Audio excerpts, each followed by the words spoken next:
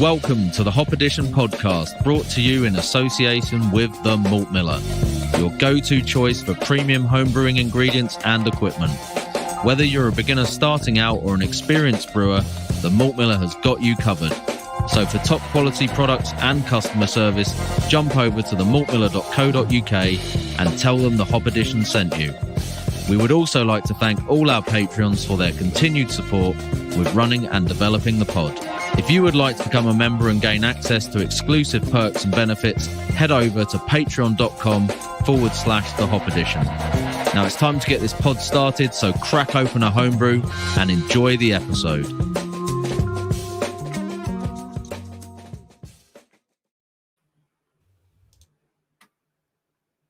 Good evening and welcome to podcast number 97 with my brothers from different mothers, Tricky and Chris. Andy is out in the wild. He's absent tonight, but we are going to be having a little rundown on our recent excursion to the London Craft Beer Festival. There might be a few anecdotes, some stories about some nice, maybe even incredible beers, and maybe even a few stories of incriminating nature. Other than that, we're also going to be giving you a good run through on advanced hop products and our experience of using them. So that's everything from enhanced pellets to liquid hop products. And we'll even be giving you a lowdown on how to amp up your brewing, particularly those hoppy styles, and get the most out of these ingredients. So before we get stuck into all of that, a quick reminder to check out our wonderful sponsor, the Malt Miller, the premium supplier of all things homebrew. There is currently a 10% off offer running at the moment. We can give you a few more details on that in a moment. And also don't forget to check out, when you are over at the Malt Miller, the dedicated Hop Edition recipe section, where you'll find a range of beers that are featured on the podcast, including some of our own creations and some absolute stubbornness from guests we've had on the podcast over the years. How are you doing, guys? I am hanging down and to the left. Very good. Very specific. Yes, I'm okay, thank you. Had a nice day. I'll give you any other details that you need to know about, but left or right, Tricky? Not sure at the minute. We have a little dig around.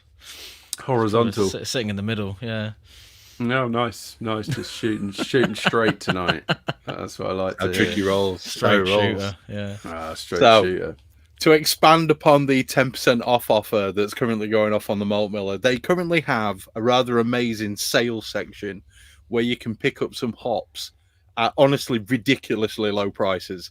Right, I have no idea how they're even doing this, but there's Talus and there's a few other hops that you can buy in like half-kilo packs. The Talus that I bought, a half kilo cost me like, I think it was 18 quid or maybe even less. Might have been like 15 quid or whatever. But there's a bunch of other stuff on there as well. And right at this moment, there is 10% off malt and hops. Yep. So if you need to put an order in, guys, just hit it, because that's a decent deal. That, and it's automatic as well. You don't even have to put a code in. Yeah, so automatic. The guys at the Malt Miller, they're always on the front foot on the old website front. That's what I do like about their service, right? There's no messing about on the old website. And we met up with them at the LCBF, and to be fair, I had an absolute blast. It was awesome, good fun. I mean, Reiki was pretty drunk and Rob was very drunk. It was awesome chatting to those guys. We all kind of congregated around Budvar for a while to see our good friend Radim. And I think I spent most of the festival in Budvar, to be honest. I didn't really move much. It's always such a good... It feels like a sort of home away from home, the Budvar cave. And everyone was kind of coming back to there as a sort of meeting point and stuff as well, weren't they? So I think kind of saw everyone nice at one point or another in there, which was cool. There's not that many places that have seating. No, and I think the Bud Bar places is actually one of the places where you can actually feel like you're in a pub, as opposed to just standing.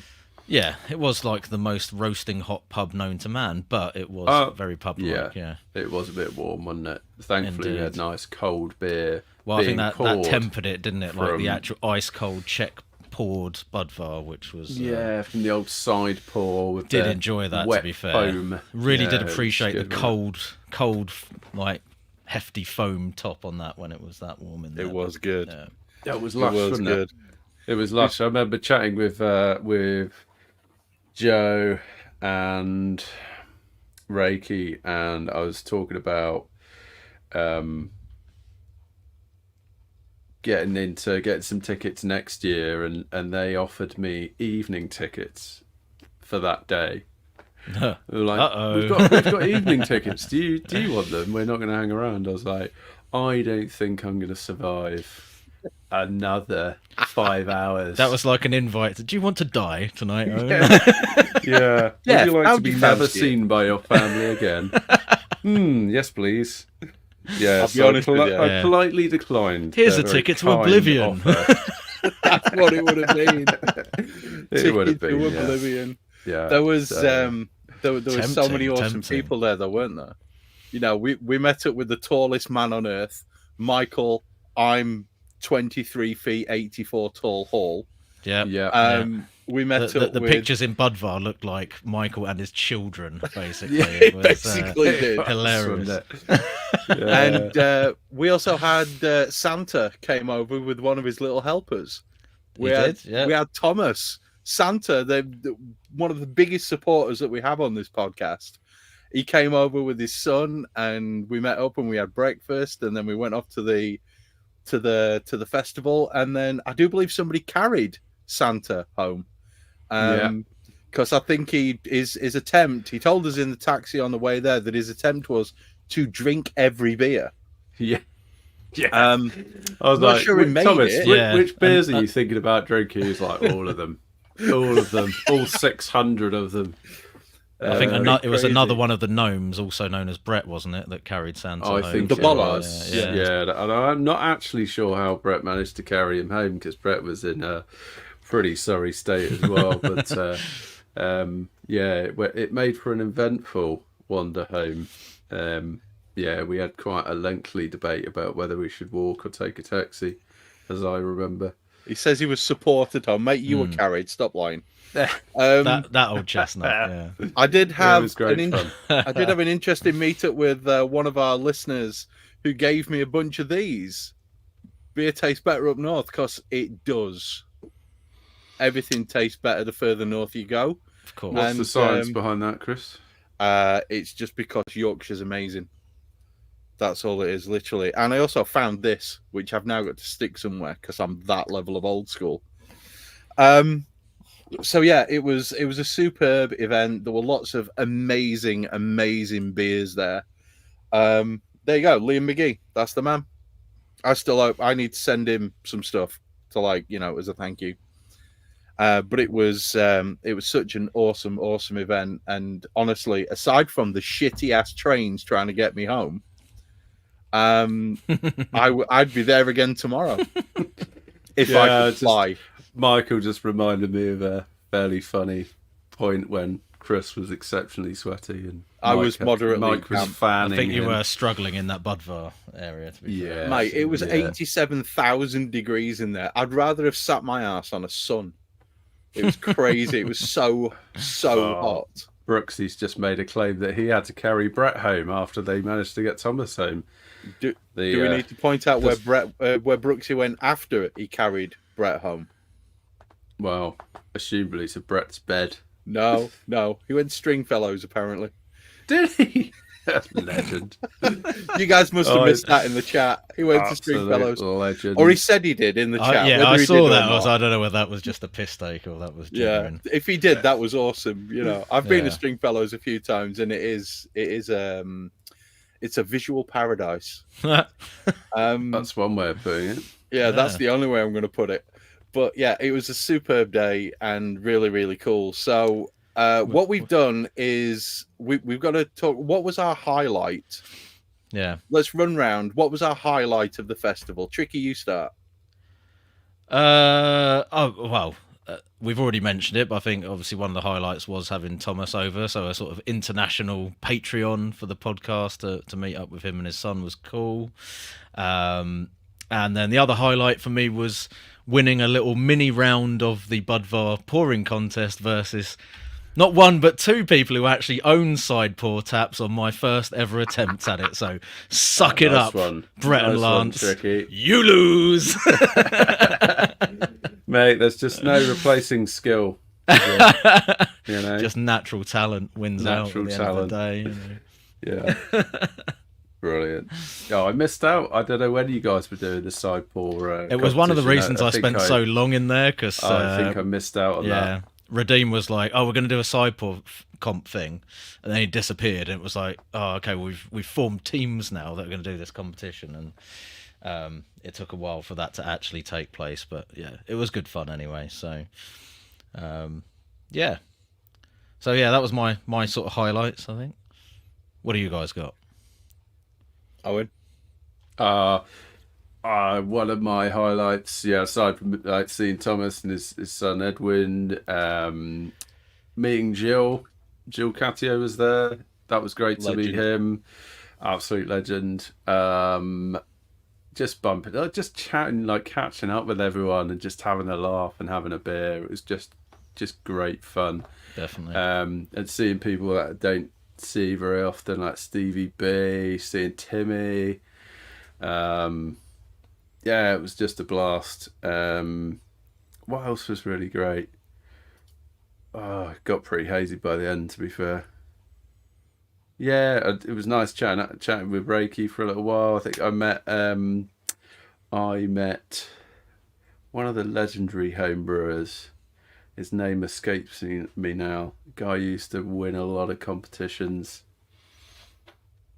It would come back to me, but it was cool meeting him and chatting to him about, what made his beers successful, what was his secret. Oh, the guy who started off his own brewery now. Yes, the guy that runs Middle Child Brewing. Yes, and what's his name? I can't remember his name either. Fraser. Yeah. Fraser Withers. Fraser Withers. That's it. Yes. Yeah. So it was good to meet Fraser. Yeah, he's a bit of a legend. Yeah. All good. It was fun. It was particularly awesome. The highlight for me was breakfast. I really enjoyed breakfast. Getting to sit down and just chat with you guys away from everything. It was superb. And the beans that they put on that plate. You mean the business meeting? The business meeting, yes. It was business that we had to take care of, but the beans were phenomenal. I don't care what anyone says. Those beans were amazing. Yeah. Breakfast item related business that was mainly attended to. Yeah, it was pretty cool. Basically, we just wanted to keep Santa arriving in the UK and coming to the festival a little bit quiet. That was Santa's request. Oh, Gilles just pointed out Santa's moose jerky. Yeah, that was some salty moose jerky. That was awesome. Yeah, definitely my first ever experience of eating moose in any format, let alone jerky, I think. So yeah, it was awesome. That was good. Another highlight was just, it was probably going to Bermondsey Beer Mile with all of the obvious degenerates afterwards, and drinking till midnight. That was a lot of fun. Yeah. I enjoyed meeting up with everyone. I enjoyed having a chat with everyone.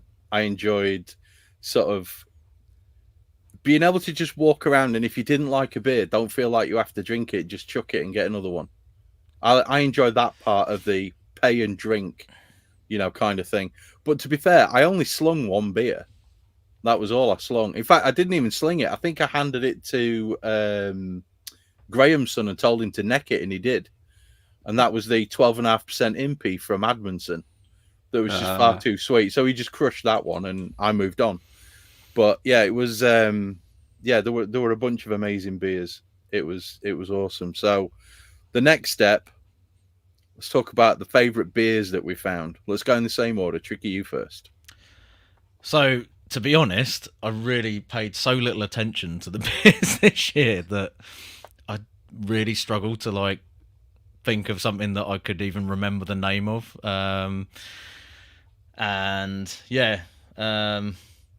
to be honest, I went round and I just drank loads of like lager as well. I wasn't really bothering with sort of like big hazy beers or impies or anything like that.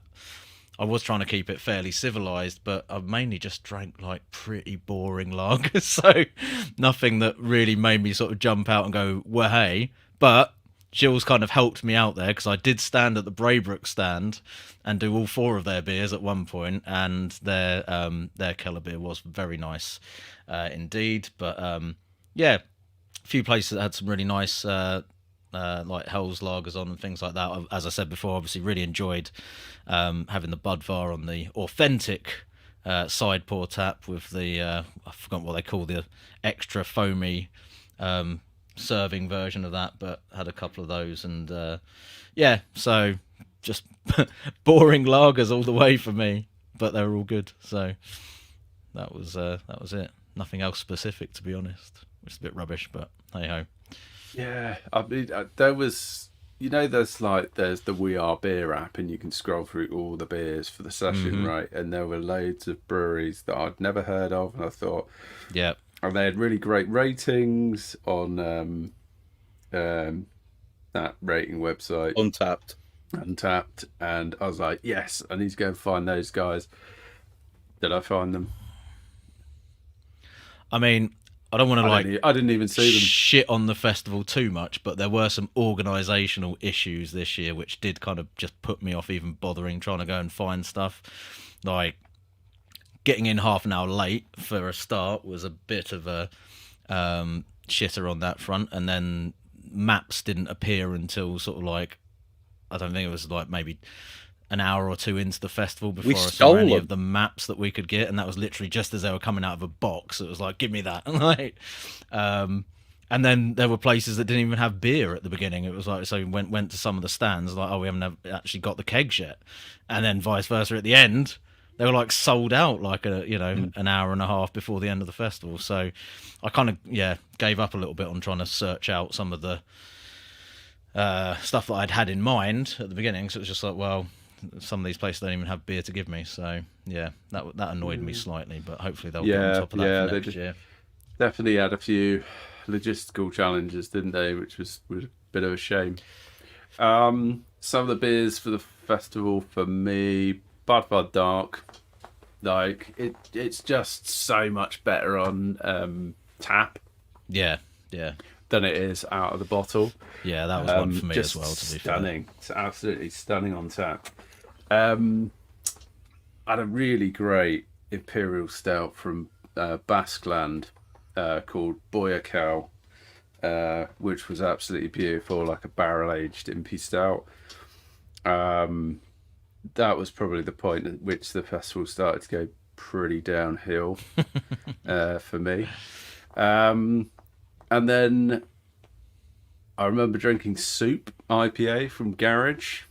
That was really nice. Pretty legendary beer. Yeah, that's a classic. That's been around for a long time, hasn't it? It's been around for ages, and like incredibly dank, incredibly thick, like soup, I guess. Well, thick like soup, not dank like soup. I'm not sure anyone wants a dank soup. Those are my highlights from what I remember. Cool. What about you, Andy? Chris? Andy, I want to cover Andy's first because he's not here. Yeah. He said the Imperial TIE Fighter by Admundson. Yeah. And Emperor. He said that was good. And obviously, Andy's going to go for Sherry LaChouffe. The Cherry LaChouffe, because that is an epic beer. Everybody loves that one. I managed to avoid LaChouffe this year because that was the absolute death of me last year. Yeah. So I just skipped out on that one. As did I. Yeah. I totally avoided that one. I didn't drink it either, actually, to be fair. I knew that I would have 3 or 4 glasses of it, and that's the problem. You just drink one in about 10 seconds and go, that was lovely. I'll have another one, and you're like, you've drunk basically a pint and a half of 8% beer in 10 minutes, at which point you start to go a little bit squiffy. Yeah, I mean, that's one way of putting it. Yeah. But he seemed to enjoy those. That's what he said. And to be fair, he was pretty much saying all that when we did the notes meeting on Wednesday.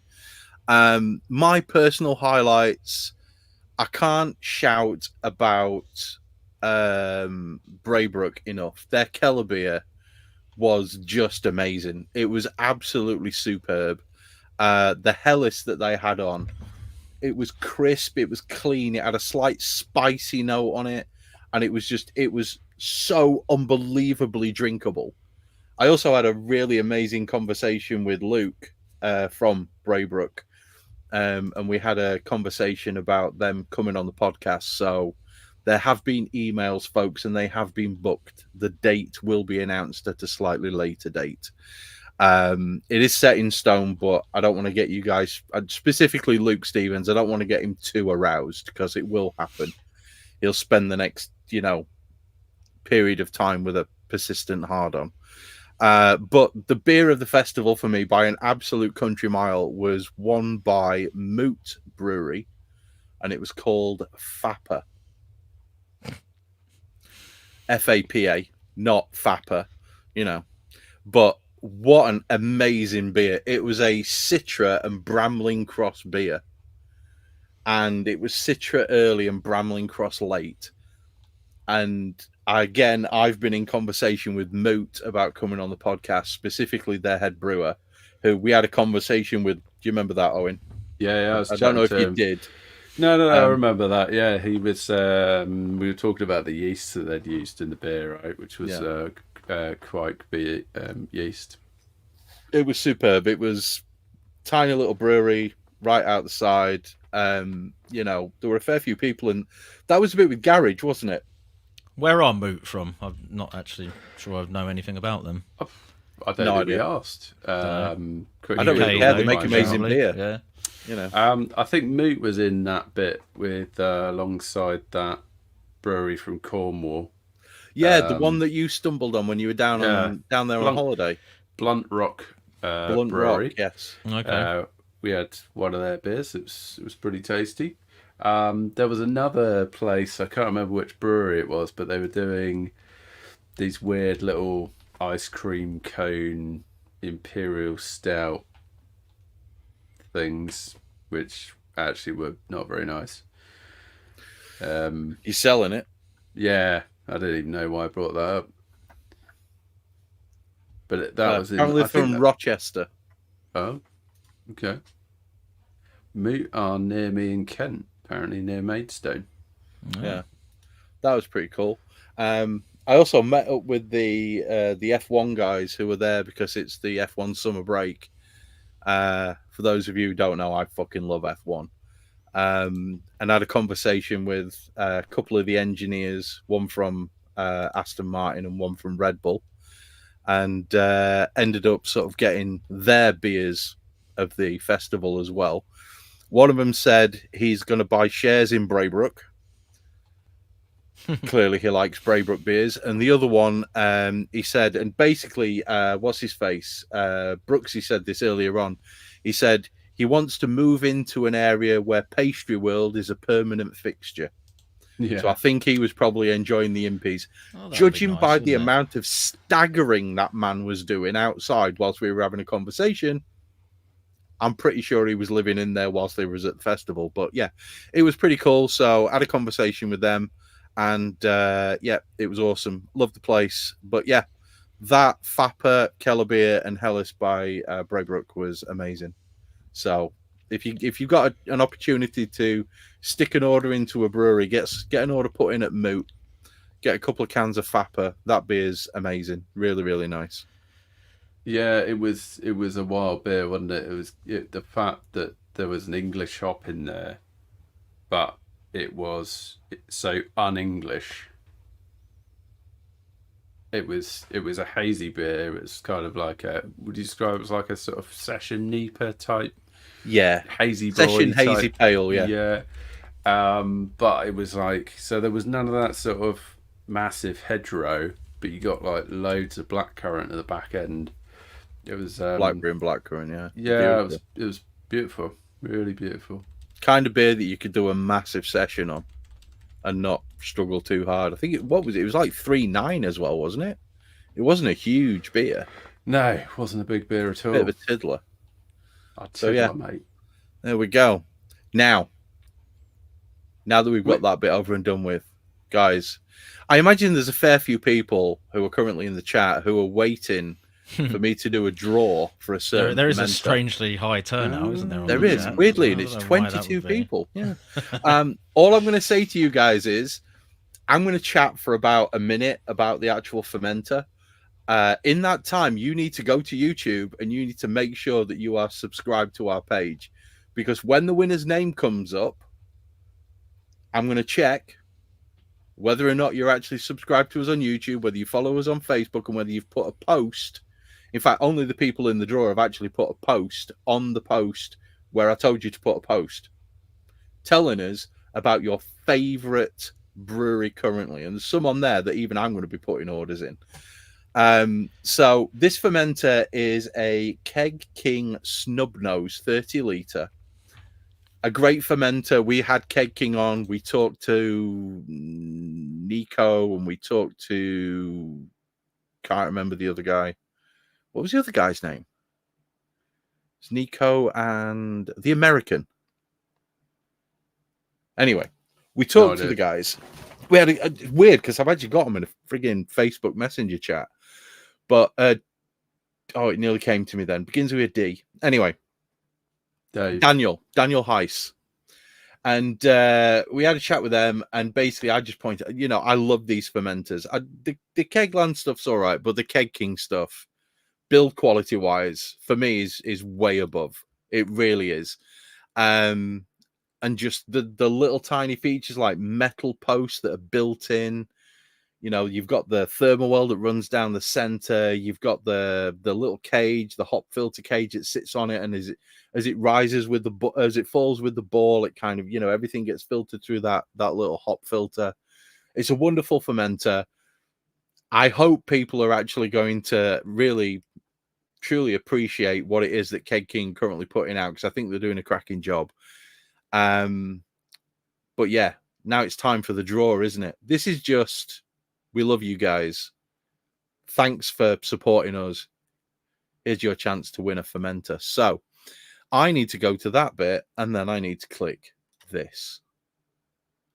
Now, as you can see, all these names are the people who, at the point where the podcast went live, had posted that they had liked us on Facebook, they'd liked that post, they were following us, and that they were already following us on YouTube. So if any of you are lying, you will be found out. I do think it's quite interesting that Martin Rake from the Malt Miller has entered. Yeah, nice. It's going to be interesting if Reiki wins, isn't it? I might as well just put a return to sender. He's going to, right? He probably will, to be fair. So here we go. This is the draw. It's being done live. You know that because we are live. So here we go. Little drum roll. Ooh, the drama.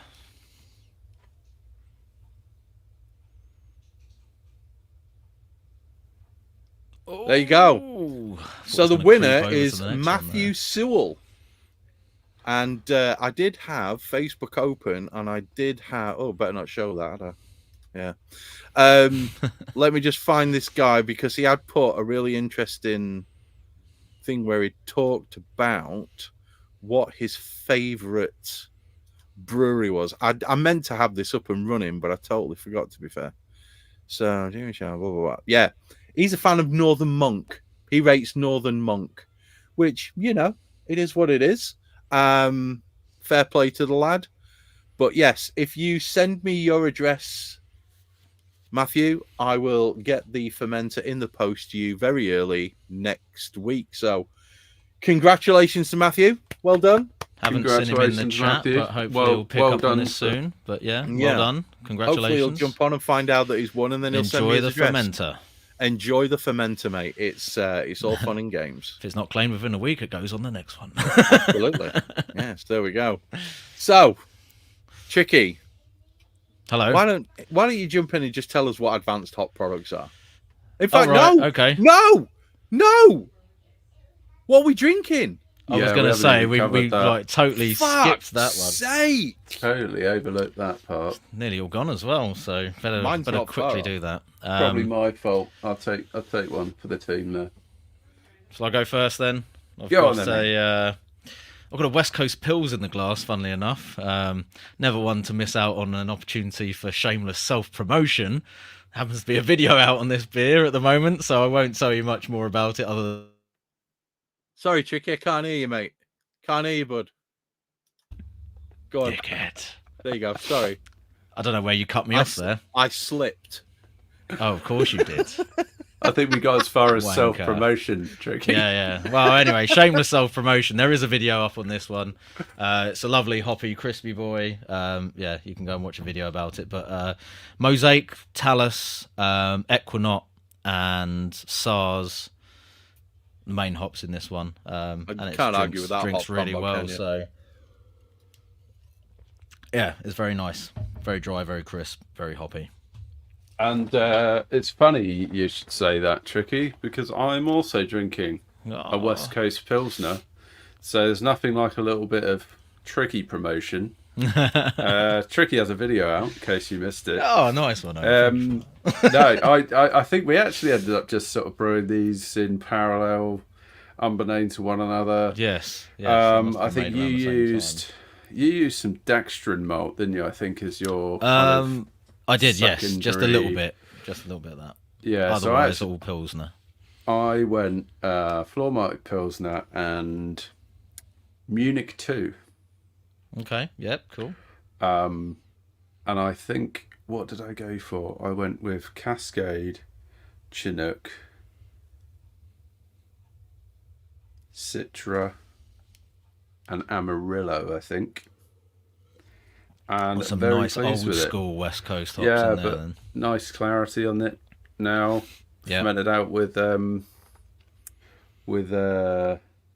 Cross Relief Hell.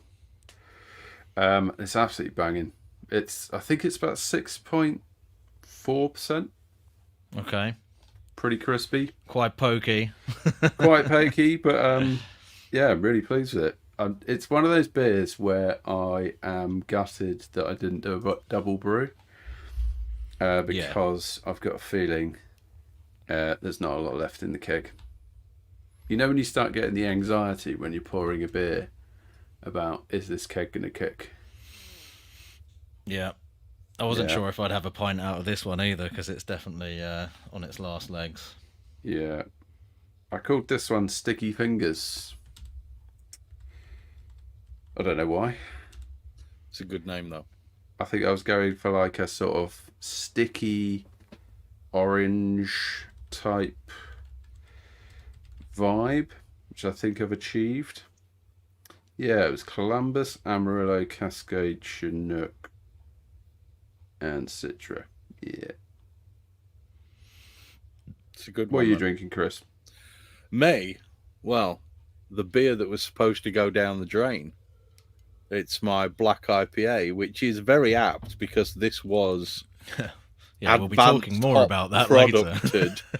And this has, oh God, I'm going to have to call it up now. Give me a moment. Because this is going to annoy me if I get these hops wrong. Because there were quite a lot of hops. Well, there wasn't a lot of hops, but there was quite a few that went into it. So this was Magnum, Centennial, Cashmere, Citra, Equinaut, and Galaxy. Wow. And I put Galaxy and I put Citra in as Spectrum. And we'll talk about where I actually fucked up later on. But this was the beer that the guys drank on the episode where we had Charles Farram, Will Rogers on.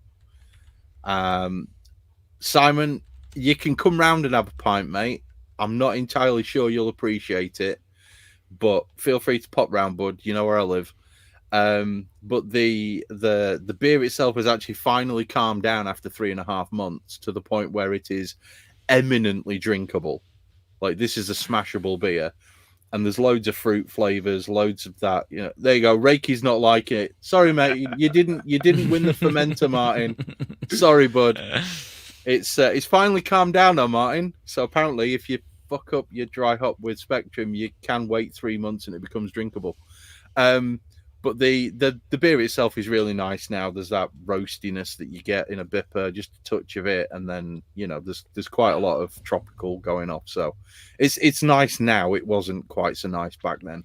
Took some aging. It was a stubborn beer, Tricky. That's what it was. Yeah. It was stubborn. But yeah, great beer, really nice, drinkable. What did it come out at? It come out at 4.8%. So yeah, nice beer. Cool. Now, terrible. Now we've done that. We get into the other topic for the podcast. Ready to go? Yeah. The main meat of the affair, please, Tricky. Yes. So, advanced hop products. We've kind of talked about them at points where we've been discussing other stuff, and I think pretty much everyone on the podcast, at least, has had a go with various advanced hop products. But to get started, let's just sort of define what we are meaning by that. So essentially, for the purpose of this podcast, we're talking about anything which isn't kind of standard T90 pellets or whole leaf hops. So any hop products which are kind of further refined or processed or treated in some way to make them what could be classed as advanced hop products. Now, when we're talking about what is actually available in terms of those, we're going to start off first of all with the kind of pelletized stuff, and some of these have been around for a bit longer, so there's probably more people who are familiar with the different types of pelletized hop products that are available. So I'll go through those first, and then we'll have a look at the kind of liquid and oil type products as well after that. So in terms of pellet form, T90 are the ones that most of the time when you're buying hop pellets, they're going to be standard T90s. There is another kind of T hop available though, which is a T45. You don't actually see these around that much. I mean, I don't know if you guys have ever really used T45s. I think I've got like one random packet of them that I got from the malt miller ages ago that I haven't used yet. So they have been stocked on the malt miller. I don't know if they've actually got any on there at the moment. But essentially the number after the T refers to the yield that you get for the pellets from a given quantity of like raw whole leaf hops. So essentially, if you're processing leaf hops into T90s, you should get like 90% of the weight come back as pellets. For T45, you would get 45% of the weight, which essentially tells you that they are removing a lot more of the vegetal matter from a T45 hop than they are from a T90, and it can therefore be sort of sold as lupulin enhanced pellets, because it's going to have more concentrated lupulin and hop oils in it, and for that reason you would normally see sort of a doubling of the alpha acids in there as well. So it's not that far off what we'll talk about shortly, which will be cryo and lupamax kind of hops. But I think the difference, I'm not an expert on this, but I assume the difference is, bearing in mind T45 were around for a while before that, that the processing in terms of the kind of cryo element, the cold aspect of cryo hops isn't there for T45. They're just taking out more of the vegetal matter kind of manually without the cryo element to it. So yeah, I guess there's not that much more to say about that if neither of you guys have used those particular types of pellets. I'm not sure I've ever used them, Tricky. I remember there being some varietals that were in T45 format a few years ago, but they were kind of weird varietals. I don't they weren't sort of common varietals as I remember. I can't remember which they were. Mm-hmm. But yeah, they're not commonplace, right? I think perhaps sort of cryo type, or even BBC type pellets have sort of taken over from that. Yes, I get the feeling they're kind of maybe being sort of phased out for those other alternatives, perhaps. But I mean, it sounds good. It sounds good if you can get hold of T45. That would basically we did have a conversation with somebody about T45. Was it Robbie? Probably, yeah. It would have been. It was a while ago. Yeah. He seems to have disappeared into the ether. I haven't seen him in ages, except for when we went to BrewCon. But well, I think a lot of us were hoping to see him at London Craft Beer Festival with another backpack full of That would have been nice. hop sachets that That we would could have been nice. pillage from him like we did last time. But No, I've heard of T45, and I'm pretty sure I've seen them for sale. It might have been what's that? There's a place down in Surrey somewhere, isn't there? And I think that they might have sold them at one point. But I mean, I've got to agree with what Reiki's just put into the chat, which is the bypass stuff. He's led us nicely onto literally the next bullet point on the list there. So. He does it well. It's almost like he's part of the crew, but not actually here. Oh, he's added something about T45s as well. He said, Oh, here we go. Oh, there we go. It's an older method of removing matter. Yeah. So our speculation there seems to be pretty accurate, I think, as far as it's. I suspect it is probably a lot about equipment, process, method, and which tends to kind of stick or become most prevalent. Perhaps the T45 just didn't really proliferate. Guys, do we want to do something a bit off the cuff? If Reiki's available, does he want to join us? Maybe. You might be able to help us with this one quite effective. Reiki, are you available, mate? Are you in front of a computer? Let us know if you are, mate. We'll get you on. I bet he's going to say piss off. Yeah, he's like, nah, mate, I'm enjoying Saturday night. He'll probably say yes as long as I don't have to drink that fucking Bipper again, is what he'll say. We'll see. So the segue was to... Oh, no, we might have him. Yeah. Yes, so Reiki, yes. We're going to talk about BBC. That's not the acronym that some of you might be familiar with. Yeah, British Broadcasting Corporation, right? That's the one. That's what you're thinking about, Owen. That's exactly what I was thinking, yeah. Surely? Yeah. Yeah, correct. Good. Just checking. Family podcast. It actually stands for Boston Beer Company, apparently. Who found that? Andy. Did he? No, he didn't. That was me. Look, I'm trying to give the Scottish dude some credit. What's he getting credit for? He's not even on the pod. Fuck Andy. Go and eat a deep fried package. Right, brutal, go on then. Brutal. So, yeah, the Boston Beer Company, did they originally come up with it? I guess perhaps they did. As Reiki called out, Bathhouse produce pure hop pellets, which are just another name for BBC hops. They're enhanced T90s. They're like a finer ground, softer pellet. So they have an increased oil and lupulin content. So we're hypothesizing that there's somewhere between a T90 and a T45. Reiki might be able to throw some clarity on that. They normally have a normal level of alpha acid, but will give you an increased flavour and aroma when you tend to use them compared to your standard T90s. Oh, what's Chris got? Unfiltered Darapramen. You cheating on Radim? Radim will not be happy. No, he's going to be getting his leather apron on and giving you a beating. Oh, Andy's in the chat. He's eating Domino's pizza, apparently. Deep fried. Domino crunch. For anyone that's unfamiliar, the pizza crunch we've talked about many times in the podcast is a Scottish phenomenon where they take a slice of pizza, batter it, and deep fry it.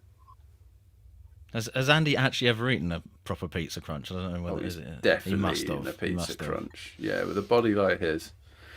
Yeah, and Andy, have you out of the deep fried Mars bars, pizzas, haggis, whatever else they put in there? What's your favourite?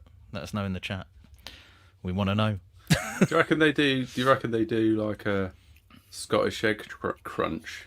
He has had pizza crunch, yes, Andy. Yeah. Do you reckon they batter and deep fry a Scotch egg? Oh, without doubt. I bet they batter and deep fry fucking everything. I saw a Mars- really interesting. Is that picture, Mars bars actually. the favourite? I assume that means Mars bars the favourite. I'm guessing so. Yeah. So Absolutely. anything Let's to carry on. add to BBC hops before we move on to? Well, I mean, I've used them quite a bit actually, because I think, I assume all of us have used the pure hop pellets from Bath Haas are the new kind of name for BBC hops, and I've bought quite a lot of those from the malt miller, and I think I would say they're not like the alpha acids and everything are pretty much the same, aren't they? So you don't really need to change your process as such, but generally they're just really good hop pellets, and they seem to be sort of, pretty reliable as far as giving you the best bang for your buck as far as a T90. So I think they do kind of sell them with the sort of tagline that there will be the best sort of T90s kind of pellet that you can get, generally speaking. And I've not had any experience to say otherwise. I've generally found, even with controversial varieties like Galaxy, that their version of it in the pure hop format seems to be the best of that I've had recently. So yeah. And Chris has got a massive baggie of them there, so he's clearly what is a that? fan. 500 grams. 500 grams of talus, baby. Very nice. Yeah, I can't say. I mean, I have got some Bath Haas hot pellets, pure hot pellets in the freezer. I don't think I've really used them all that much. I don't think I've really got my hands on any kind of hops that you would use in huge quantities, like Citra, Mosaic, your big kind of alpha acid American hop varietals. So yeah, I haven't used them a huge amount. I've tended to end up with SARS and Mittelpro and more sort of noble hop varietals. I absolutely adore the pure hop stuff from Bath Haas. I love the stuff that you get from Yakima Chief. I really do. I think it's very, very good. However, my experience with the stuff from Bath Haas, specifically with the pure hop pellets, I've used quite a lot of them, is I always seem to get less hop matter in the bottom of the kettle, which when you're using an all-in-one like I am, and you've got that whirlpool effect, I seem to get less in the bottom. And because of that, even when I'm using some pretty big whirlpools as well, and because of that, I tend to think I get a cleaner beer. Oh, here he is. Reiki's in the house. Reiki's in the house. Special guest tonight, guys. Special Drop it guest. in. Get a beer in, mate. Get a beer in. But Can't believe you took me into this. Well, you didn't take much talking didn't into it, take to much. be fair, Reiki. But one thing that I have noticed as well is, with some hops, when you get them from other companies, different types of hops, specifically T90, you can get that, I don't want to say muddled flavor, but you get that definite sort of grassy note that comes through and takes a while to ease off before you get the true sort of fruity flavors, if that's what you're going to get from the hops.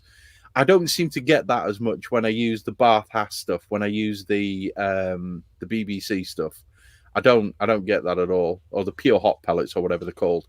I don't get that at all, and it seems to sort of be cleaner from the outset, and you get kind of a cleaner flavor from it. That's just been my anecdotal kind of feeling about them. Cool. I can't really comment on that because I only get my hops in one place. They're all pure hop pellets then, right? Pretty much. Reiki gets everything from work. Reiki just has a tap straight into the freshest ingredients in the market. So Friday evening trolley dash. yeah, it's like what was that game show with Dale Winton? Supermarket sweep. That's the Supermarket one. sweep. Friday night, just Damn straight. sweeping the shelves. It was actually a bit like that on Friday when I was leaving work, because I've got a week off, and I thought, right, I'm brewing 3 beers next week, so what do I need? You're going to drop a few bars, Reiki? You ready for a hip hop festival? Hold on.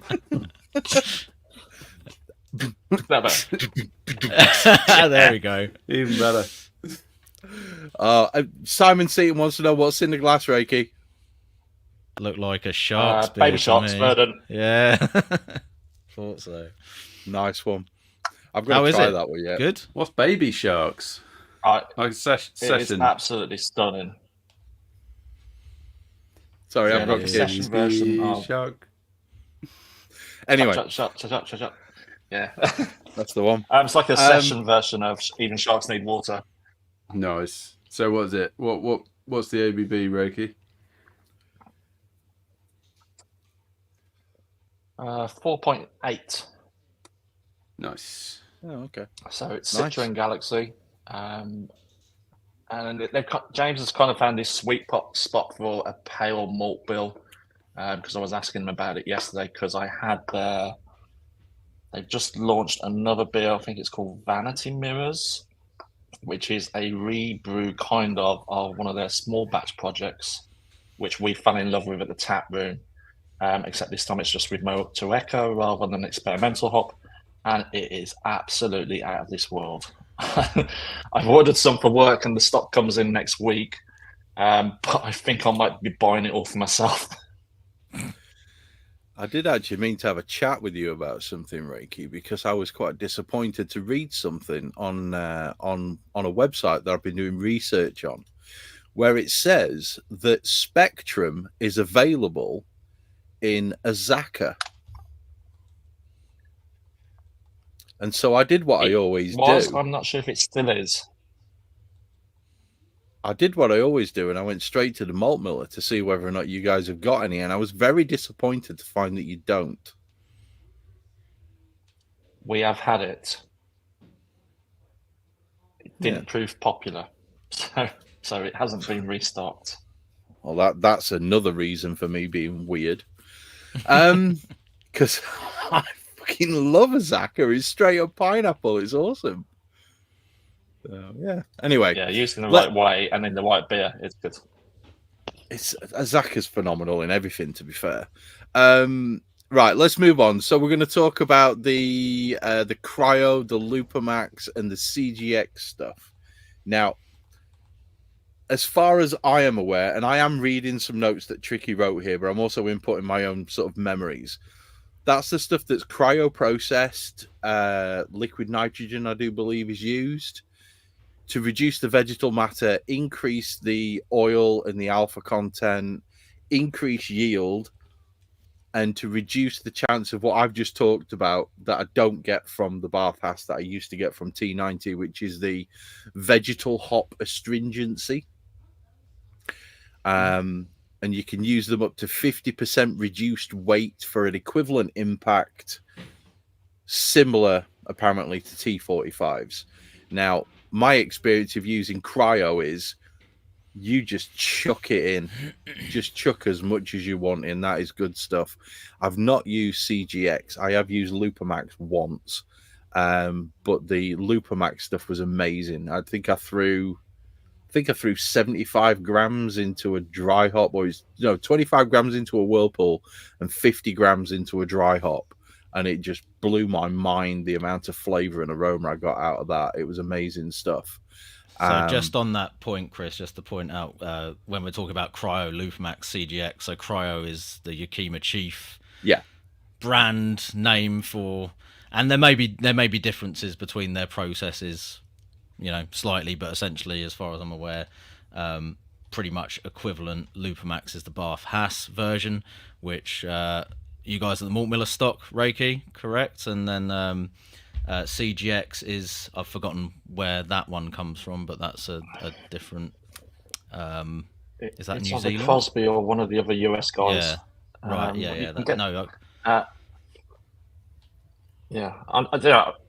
Without preparing and unknowing, remembering what everything is. Start from the top. Like BBC is, you can use like 70% compared to like T90. It's done at low temperature. They remove matter from it, so you're getting a higher alpha. Lupamax is done colder temperature. And what the trick with Lupamax is, it's done to a consistent alpha every year. So as a brewery, as a professional brewer, you don't have to adjust your recipe if you are based purely on Lupamax. So you've got a lot less matter in there. Now, Cryo I have less experience with. Cryo originally started out as a dust by Yakima Chief, but it didn't seem to hang. It didn't seem to dissolve into the beer, so they then started putting some matter back in to make it into a palatable product, and that's when it's really kind of kicked off for brewers. CGX very similar.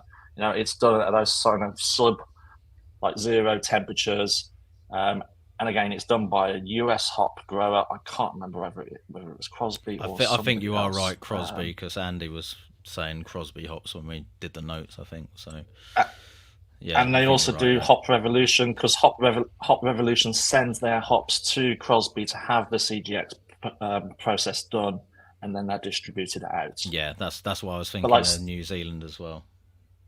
Cool. That cryo kind of thing is absolutely fantastic, but oxidizes really quickly and easily. If you're trying to repack that as a homebrewer, it's a tricky thing to do. You've got to use that whole pack straight away, because they just don't like oxygen, because there's so little matter in there. It's just pure lupulin. It's like twice the power of T90s.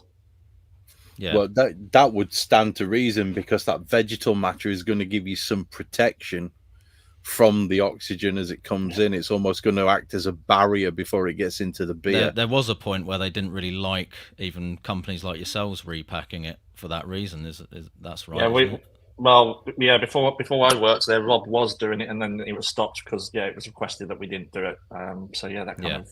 We stopped doing it because that's what they said to do. Because I think there was a lot of people on the market who were trying to do it, but they weren't nitrogen flushing. They weren't doing it quick enough. So there was all kinds of weird, horrible stuff out there. Yeah. So they just said, no, stop that. Yeah, I mean, that stands to reason. One of the things that you guys have always prided yourself on is the best ingredients in the best condition when they get to us guys. And if you're not doing it right, then stop fucking doing it.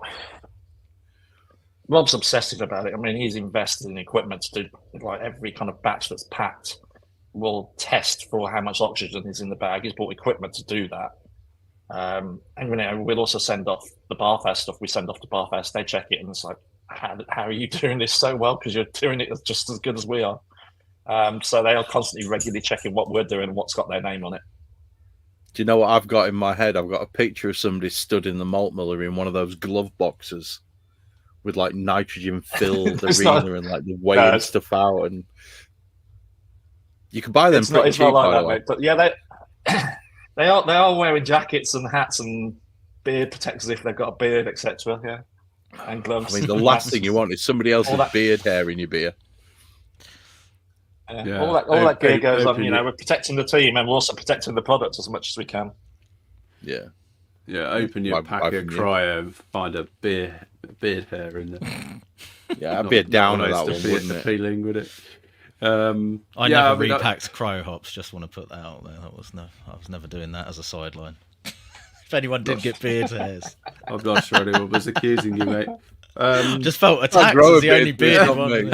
The only bearded man in the chat. I've used cryo on occasion before, and I think it's one of those products for me that tends to get you that little bit closer to what you experience in really high quality commercial beers. It just gives you that kind of hop pop that you just sometimes you won't get if you're using your old pack of T90s that you opened 6 months ago and have been in the freezer.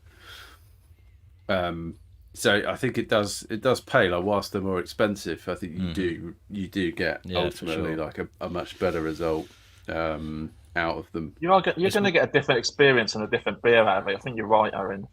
And if you've got the time and you want to spend that money on, and you want to experiment, it's great that we have access to all of these things as homebrewers. But they are designed for commercial breweries to get a bigger yield. I was chatting to a brewer last Friday at the event, at London Craft Beer Festival, and he's switched one of his most popular beers and core beers to using more advanced products. He's getting extra free kegs out of it. Absolutely brilliant. And it's not costing him any more. He's actually making more money because he's doing that. Yeah, right. That's like net. That's just a win. I'm not gonna mute myself when I say this, but that's a winner because that's like 120 quid more per batch. That's impressive. That's good stuff. Is that, depending on how big a batch he's doing, that might even pay his malt bill. And he's got less waste to actually have to deal with. Yeah. It's kind of well known. It's kind of known within the industry. There's a very big brewery that does a popular kind of hazy beer that's in like Tesco's, and they've switched to more advanced products and Spectrum and Incognito purely because they cannot put any more waste into the system that they put it out into because they've been regulated on it. So switching to those products does reduce the waste so they can make more beer. It's a bonus. That's a great thing.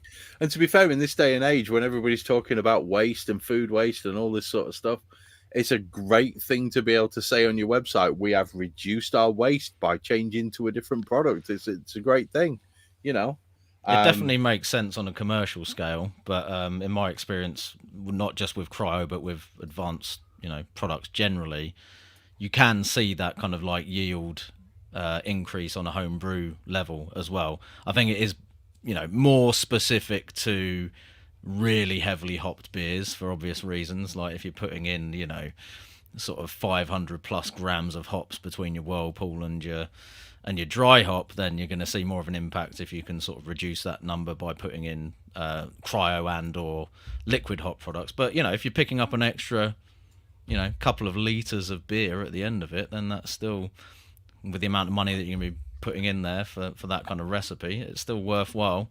There does have to be a conversation at this point, because sorry to jump in, Reiki, but there does have to be a conversation at this point about the financial difference between using T90 and losing, using whatever, be it, the pure hop or BBC or whatever, and losing that 2 liters, but the additional cost of getting that 2 liters by using advanced hop products. There does have to be a conversation, maybe not on this maybe not on this podcast right now, but there does have to be a conversation between that person and their bank account as to whether or not that's worthwhile. And it might be that a lot of people are still using T90 and the less advanced hop products because they don't want to spend an extra 10 quid or an extra 9 quid or whatever the cost is on these advanced things purely to save 2 liters. Now, I don't think the vast majority of our listeners, because of some of the beers that I've spoken to people who listen to the podcast are producing, they're very much along the lines of they want the best of the best of the best in order to get the best beer that they can produce. But I think having that range of hops, having the T90s, the BBCs, the cryos, and then down into the liquid products, there has to be a conversation had between you and the financial implications of that, between producing an 18 quid batch of beer and producing a 30 quid batch of beer, and whether or not that's actually worthwhile for you. The same can be said, like, is it worth paying for the extra for the liquid yeast to the dry yeast? Exactly. You're going to get different flavors and different products. But it's horses for courses. They're all there for everybody to choose what they want and what's right for them. Yeah, totally. And totally. When I started watching this pod and you were talking about advanced products, it made me actually think about one of the best beers I had with advanced products was actually from Tricky, and it was your Focal Spectrum that you did the video on. Focal Spectrum. Cheers, man. He's gone red now. You've managed to make him blush. It was absolutely stunning. I think we all had a can, a bottle each, and we fought over the last bottle because I think there was a spare. But then talking to Tricky afterwards about that beer, how much did you gain in terms of yield on that when you did that brew? I think it was about 1.5 litres to 2 litres. It was noticeable. Yeah. You know, it was one of those where it was like, oh, hang on. Normally with a beer like that, I'd be lucky to get. I think we talked about this when we did the video for it. But normally on a beer like that, you'd be lucky to get a full keg out of, say, like a 23-litre batch size, because you're going to be losing, Yeah. you know, 5-6 litres maybe off of the. So you might scale it up to 25-litre batch. Yeah, you might scale it up to try and get 25-litre full batch. keg. Whereas Have to this use one, more I think hops.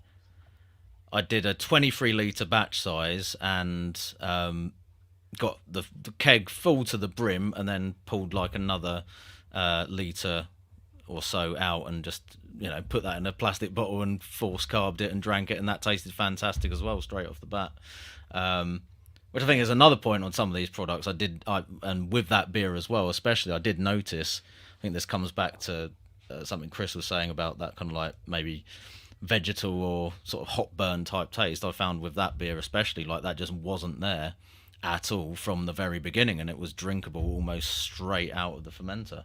And, you know, it got a little bit better afterwards, but it was really not like a big hazy beer that needed any time to kind of calm down or settle down in terms of that kind of green or slightly raw hop flavour, which was another benefit I saw from it. Yeah, and in my experience. I think that's a really important point, Tricky, when we look back into the commercial beer sense in terms of how much capital is wrapped up with making a beer, especially when you're talking huge volumes, and to reduce the time to returning that investment, Time to market is you know, that's really important, especially in kind of an industry where they've probably not got huge cash flows. Yeah, totally. So there's a lot of things to take into account, a lot of implications of using these products that maybe on the surface you wouldn't see, you know, because we're homebrewers. It doesn't matter if it takes 3 weeks from brewing a beer for it to calm down before we can drink it. And, you know, the quality, the amount, the yield, and the waste to a certain extent as well, Reiki. For us homebrewers, that is a big thing. I've got literally the other side of this wall right here, I've got a composter that I throw all my grain in and just give it a good mix through. And aside from producing some absolutely epic compost, it's a way for me to be able to sort of not throw a load of stuff into the bin to end up going off to the council to be disposed of. So yeah, again, it's another big thing. It's pretty cool. I've never thought of doing that. I think what you were saying, Chris, about your beer, though, the one that's taken like 3 months to calm down, it's very easy to get over hopping with these advanced products because you're adding such more of a concentrated product. Yeah. And I've had it myself, like using Spectrum, you know, I've overdosed and it's like, oh my God, that just tastes too artificial now. Yeah. But it's not artificial, it's all natural. So it is very important not to think, oh, I can just shed loads of it in there like I can with pellets. You've got to really think about the amount that's going in. Oh, totally, and we will cover that one in a small while, Mr. Rake. So, one of the things that I would say is it wasn't so much a quantity issue; it was a timing issue, which is why I'm never going to be a comedian. All right, my timing's shit. But I think you fucked up the timing and the dosing as far as I. No, I didn't. The dosing was perfect. The dosing was spot on. The timing was fucked. I thought you put 2 packs perfect. in. You put 2 packs in. You put 2 packs in. No, to be fair, it was going to be 3, but I stuck at 2. Has your tooth enamel grown back yet, Reiki? Because I remember it stripped it slightly after the last podcast. You should have watched that advanced hop products video I did.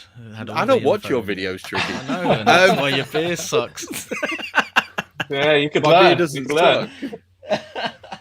But yeah, I think there's a lot of things to take into account that aren't just the purity of the product. There's a lot of other things, you know, the timing, the effect that it has, the time to actual drinkability and all that sort of stuff. And all that comes under the whole the differences between the pellets, and you're moving from T90 through P45, T45. I'll be getting my P45 at the end of this, but the right the way through to the Cryo and the Lupamax and the CGX type stuff. There's a lot of things to take into account. So on that note, and Reiki, I hope you're ready for this one. I know you joined us late, buddy, but step up. I think it's time to take this to the commercial break.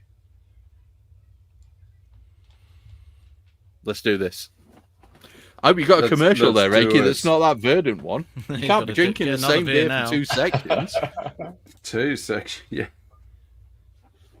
Incidentally, I'm Reiki. just trying to open the notes that Owen sent me.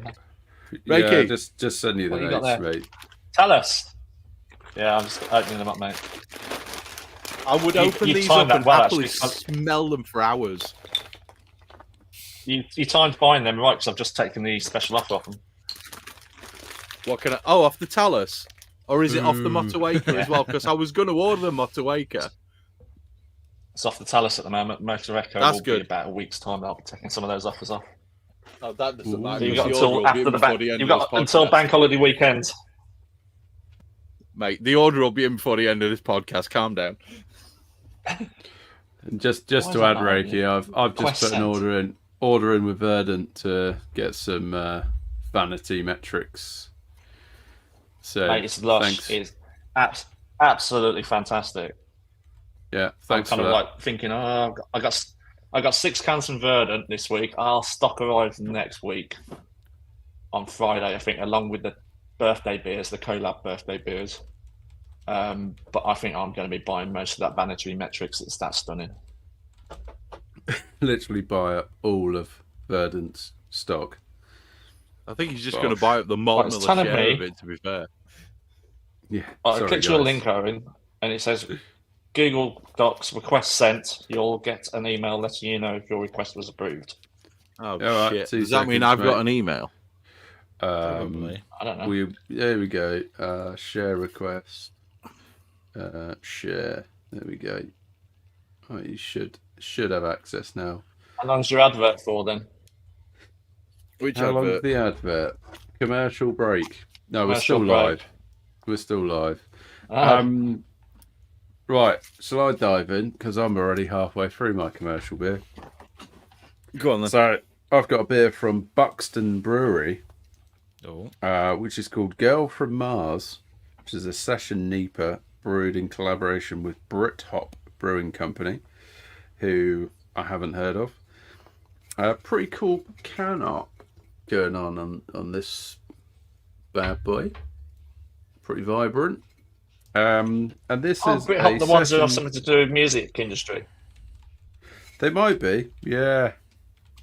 I know, I'll have to Google it. Girl from Mars is a song by Ash. Yeah. Yeah, so it says brewed with friends at Brit Hop Brewing Company. Girl from Mars is a session NEPA, dry hops with Harlequin, an exciting new British hop from the Charles Ferrum Hop Development Programme. Inspired by Ash's 90s classic Girl from Mars, this collaboration was created through the love of progressive British hops and the ultra-modern styles they can be applied to, and great tunes. So, yeah, it's definitely different. It's not like, I don't know, calling it a NEPA. It's probably a bit of an overstep. It's not quite carrying that New England body, I don't think. But session NEPA has always been a controversial descriptor of a beer in my mind. But it's nice. It's got like a pretty fruity aroma on it. I think it's, sorry to say, it's a little bit oxidized. Boo. Yeah. But I think it might be a supermarket beer. So it's probably been sat on a supermarket shelf instead of being in a fridge. So I suspect that that's the contributing factor, as opposed to the brewery having packaging issues. But yeah, it's all right. I didn't want anything too big for the commercial. 4.8%. I haven't really got anything else to say about it, but it's drinkable despite being slightly oxidized. That's probably about the best you can say, I think, there then. That is probably the best I Yeah. can say on that one. So it's not winning my heart, this beer, but I will drink it nonetheless. Fair What's the play. body like on it? It looks like it's got that orangey colour, which kind of makes you think it's syrupy and possibly under attenuated. No, I wouldn't say under attenuated. I think on screen it looks more opaque than it actually is. Okay. It's just a bit hazy. I'd probably describe it as a pale ale. That's how I'd describe that. You sound underwhelmed. I am underwhelmed. There's not the It's- usual to be Owen fair, enthusiasm kicking in No. there, is there? it's nicely balanced. There's like a good balance between body, sweetness, bitterness. There's some good flavour in there. It's just a little bit oxidized, so you're not really getting the full experience. just I killed think it. just slightly killed it in terms of the aromas. Just a little bit off. Does it give you any recipe details on the can, Aaron? Is there any crystal in No. it? None With that orangey whatsoever, colour? mate. No, it's no recipe details at all on the can. Other than the only thing I it get the tells you feeling is if you it's got Harlequin in it. Do you I agree get with the that feeling if you were statement? sitting by a sink or a bucket, it'd be gone. If I'd been poured that at LCBF, it wouldn't have remained in the glass very long. Let's put it that way. Fair enough. Yeah. I don't normally do this. I normally try to go last in the commercial, but can I go next, please? Yeah. I want to continue the musical theme because currently I am smashing down Roll With It by Vocation. Their double dry hop pale. You gotta roll with it. Exactly. You gotta take your We time. still love you, the girl from Mars. Anyway, I've got that playing in my head. This is I know, it's stuck in mine. This is one of those beers which I've had it before. I've had it lots of times before. But it's one of those beers that whenever I drink it, I go, fuck, I need to brew a beer just like that. It's Amarillo and Citra, and it's orange and lime and grapefruit. And it's, for a 5.2% beer, this is really thick and really, really juicy. And it's one of those beers that I don't order very often. But when I do order it, I drink it and I go, shit, that's a good beer. I should get some more of that. And then get waylaid by like the barrel age section. Or, because Bread and Butter is one of the greatest beers that Vocation produce. I absolutely love it. It's a stunner. But this is just, it's super soft. It's really tasty. It's just a great, great beer. If you don't have this in your life, Roll With It by Vocation is a banger. I'm going to mark mine out of 5, same as we normally do. I'm going to give this a solid 4.4. Great Oof. beer. Wow. That might Great be a beer. record. What, for me? Just That's pretty on high the praise, to podcast. be fair. 4.4, yeah. It's That's a good way one. up there. It's a good one. Right. If I'm going to rate mine, I'm going to give it a 2.8. So basically, you're not Possibly one of the angry. lowest. You're just disappointed, right? Correct. That is a phrase I tend to use quite a lot in life at the moment. Teddy G is a legend. Yeah. So I've got something a bit weird and Ooh. wonderful from the local brewery. So this is La from Brew Wayfinder. Point in Bedford. I guess the best way to describe this would be as a rather posh trampagne, to use one of Chris's old sayings, I think. This is a Sauternes barrel-aged Champagne. Imperial Pilsner.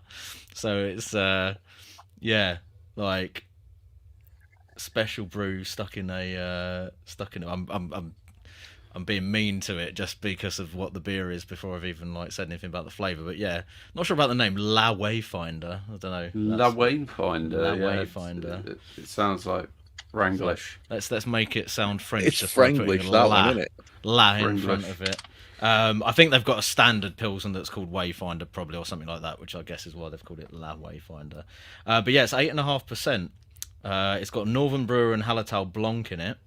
Other than that, it's a fairly standard base Pilsner recipe, but they've rested it for 2 years in these Sauternes wine barrels. And yeah, it's a bit odd. I'm going to be honest. It's a bit odd. Tricky. Is there a lot going on there? There's a lot going on there. There's a lot going on there. We got it. The aroma, when I first sniffed it, I was like, it's kind of got this sort of almost slightly farmhousey, but also slightly cidery kind of aroma on it, which was a bit I don't know about this. The flavour's a bit better. A bit better. So it's a barrel-aged Groot, is what you're saying. But yeah, to be honest, it does kind of taste like posh special brew, if I'm being brutal. It's got this kind of slightly grapey, fruity wine barrel note. I think there is some interesting barrel kind of flavour in there, but because it's basically just a fairly sweet kind of Pilsner that's in there, it's a little bit, I think it needs a bit more bitterness to kind of carry it, and it's a little bit sweet, and I don't want to say jammy in the sort of oxidized sense, but when it's just a little bit kind of cloying, and it has got that high strength kind of lager flavour to it, which I'm not massively keen on. It's it's not. Is it safe to say you won't be finishing the glass? I'll finish it. But tell that man went to university in Yorkshire, can't you? Under duress. Is it one of those sort of it's a really alcoholic beer? Yes. Yeah, it's got that kind of sweet, slightly cloying sort of alcohol note on it, and it's not, it's not sort of hot alcohol or anything like that, but it's, like I say, it's definitely got that sort of overly sweet special brew kind of vibe to it. I think it's an interesting choice of beer style to put into barrel, isn't it? Yeah, Teddy G is bringing them bants tonight, I've got to say. He's on fire, isn't he? For those listening on the audio, he said a beer for the homeless man in loafers and a beret. Love that. Couldn't have summed it up better, mate. Yeah. So Tricky, you out of 5, Trick? I'll give it a 3, and that's being a bit generous, I think. Just burning the bridges with brew point there, Tricky. Yeah, well, I'm not going to say any more because that will burn the bridges. Reiki, what you got, bud? Come on, because you've got something out of the fridge at work. So what have you got? No, this isn't from work. This is something I picked up, and I have a soft spot for a couple of different breweries. I've got Fort Point by Trillium, and it says Pale Ale, so I'm kind of a bit perplexed at the moment because I didn't read the small print because I hadn't got my glasses with me when I was shopping, and I saw this. It's a Pale Ale that's at 6.6%. Holy shit! So when I opened it, it's like, that smells really boozy for a Pale Ale. I love Pales. Pales are my go-to beer. It's getting there. There is a can of Dipper in the fridge, but no, I'm not opening that while I'm drinking with these guys because this can go on. They're taking the Belgian approach to ABVs there, aren't they? Yeah, it's a Pale Ale, only 6.5%. Fucking hell. This is a Ruaka Dry Hops 4 Point Pale Ale, 6.6%. It's lovely, apart from the big booziness about it. It's got lots of body, lots of hops, a kind of slight mango-y taste to it. Yeah, it's banging. Where do you, interest, Reiki, where do you pick up all your Trillium beers? I literally popped into Cottage Wines in Birmingham to see the guys because I've known them for years. They kind of got me hooked onto craft beer. I was kind of visiting family, so I called in there and they'd got some Trillium. I think, what's the place in... There's a company that brought over a batch of Trillium. They kind of bring over stuff from the US, and I think they just basically, they're a distro and they bought it from them. So I picked up like 3 cans of Trillium just for old time's sake, because I spent a bit of time in Boston a few years ago and absolutely fell in love with Trillium. I got to drink there like 5 days in a row, just sit there, just smashing freshies. It was stunning. This is kind of like going back down that route. Do you remember? That sounds like quite like a bit, nice... man. Quite big. I'd be honest. I'd been to HomebrewCon with Rob down in a bit further south than Boston, and my wife met me in Boston after we'd finished HomebrewCon, and I was a broken man. I didn't want to drink a thing for at least a couple of days, but literally we were then kind of like took Rob to the airport and saw him off. On the way, we stopped off at the Cheers bar and had a pint in there, and that just sorted everything out, and I was back on it. Hey, nice. That's what you want, man. So come on, Reiki, mark it out of 5 for us, bud. I'm gonna go 3.7. Okay. Just because it caught me out with that 6.6%, and it's not. You know what it's like when you drink a beer in a certain place, you have a memory, and then you kind of, you go on holiday. Oh, yeah, I'm happy drinking, Effers if I'm in Turkey, or I'm happy drinking whatever it is, whatever the local brew is, and it just tastes fantastic when you're on holiday. It doesn't taste as good as being in Boston drinking it. Yeah. The Green River. There we go. So we've all done our commercials. We've all rated it. We've all done our bits. Tricky, you're the master, Mr. Focal Spectrum. Lead us through the wonderful world of liquid and oil hop extracts. Well, I'll get us started anyway. I'm not then you're going to hand over to Reiki, and we can all shut up for 20 minutes, right? So we did sort of pelletize stuff prior to the commercial beers. Now we're going to look at the kind of liquid oil, sort of CO2 hop extract type products. There's a few different things that we're going to talk about here, which probably have slightly different processes. We don't know as much about the processes for a lot of these, because I think a lot of the companies that produce them kind of keep that under their hat. Couldn't quite get that much detail on it last time that I was talking with, I think probably Robbie, we were asking questions about this before, but also when I was doing the advanced hop products video with Stiffo as well. So not 100% on all the different ways that they go about extracting these, but a lot of it involves CO2 hop extract. Chris, you can probably tell us a little bit more about what that actually means, like what happens when you're extracting stuff with CO2. How does that work? As I understand it, I only did very cursory research on this, but as I understand it, the use of CO2 to extract prevents oxidation, because the CO2 will obviously displace the oxygen. Yeah. And depending upon the temperature of the CO2 that they're using, then it could have, because CO2 is one of those, it's a very weird element, weird molecule is CO2. So it's a liquid, it's a gas, right the way down to the point where it literally solidifies. So it doesn't really have, under pressure it does, but in sort of under normal pressure, it doesn't have a liquid phase. It pretty much goes straight from solid to get. I mean, there is a tiny, very small, teeny weeny window, but I doubt anyone's going to be able to control that effectively. And then it just drops into a solid, and I mean, it's a wonderful process called sublimation, if you want to look it up. Not that you will. But essentially, it's going to displace the oxygen and prevent oxidation of the hop oils, which Reiki was talking about a few moments ago. But that would be why they would use CO2, is purely to prevent the oxidation more than anything else. In fact, you can get it quite cold and it still be a gas. Yeah. No, that makes sense.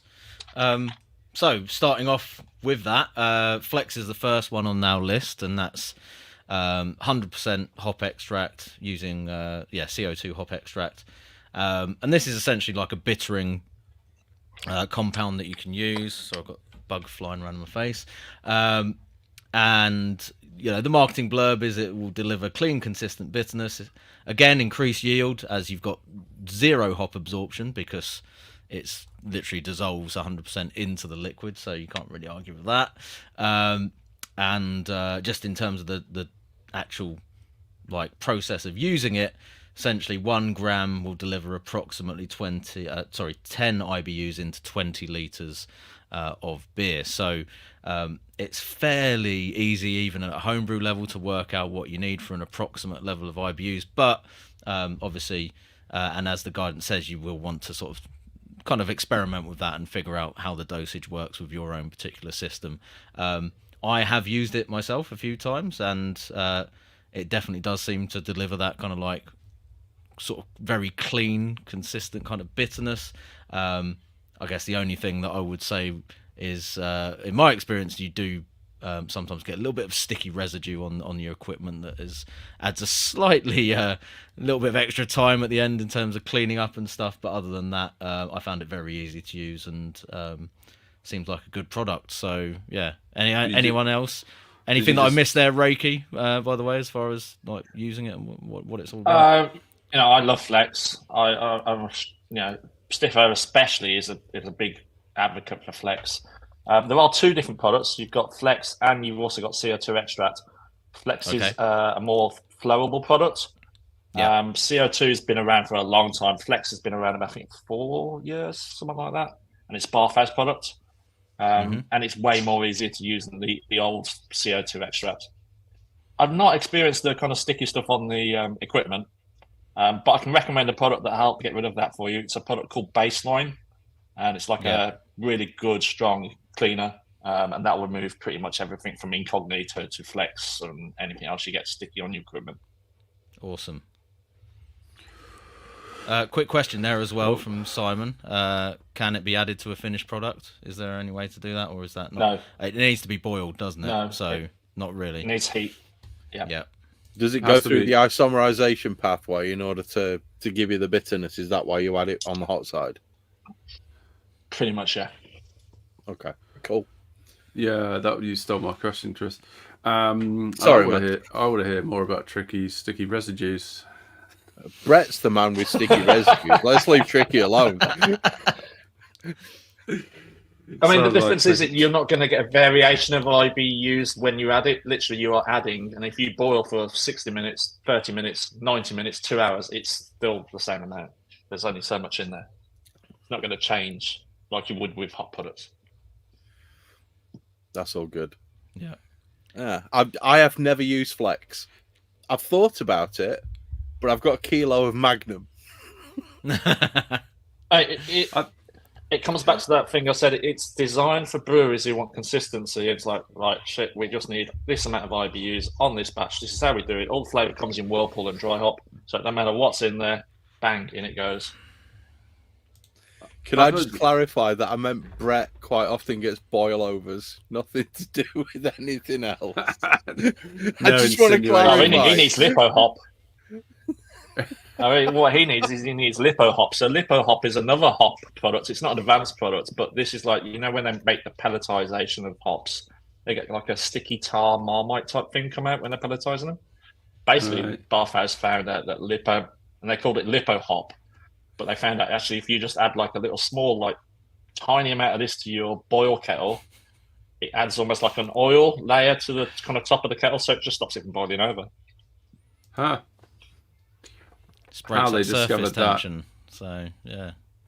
Amazing. I had a question about Flex, Reiki, perhaps you could help answer, was just sort of dosing rate with Flex. I was always a bit confused about sort of just how much addressing to that question use. That's up there from Final Gravity as well. So, yeah. Yeah. Go ahead.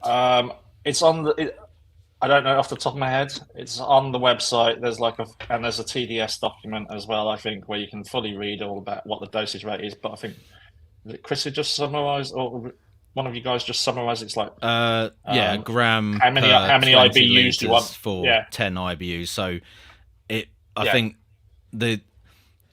there's kind of like a little bit of a range because the starting point is supposed to be 0.05 grams per litre to give you 10 IBUs.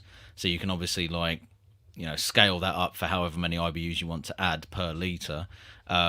but it does depend on, your own system and how much, how effective your utilization of that product is.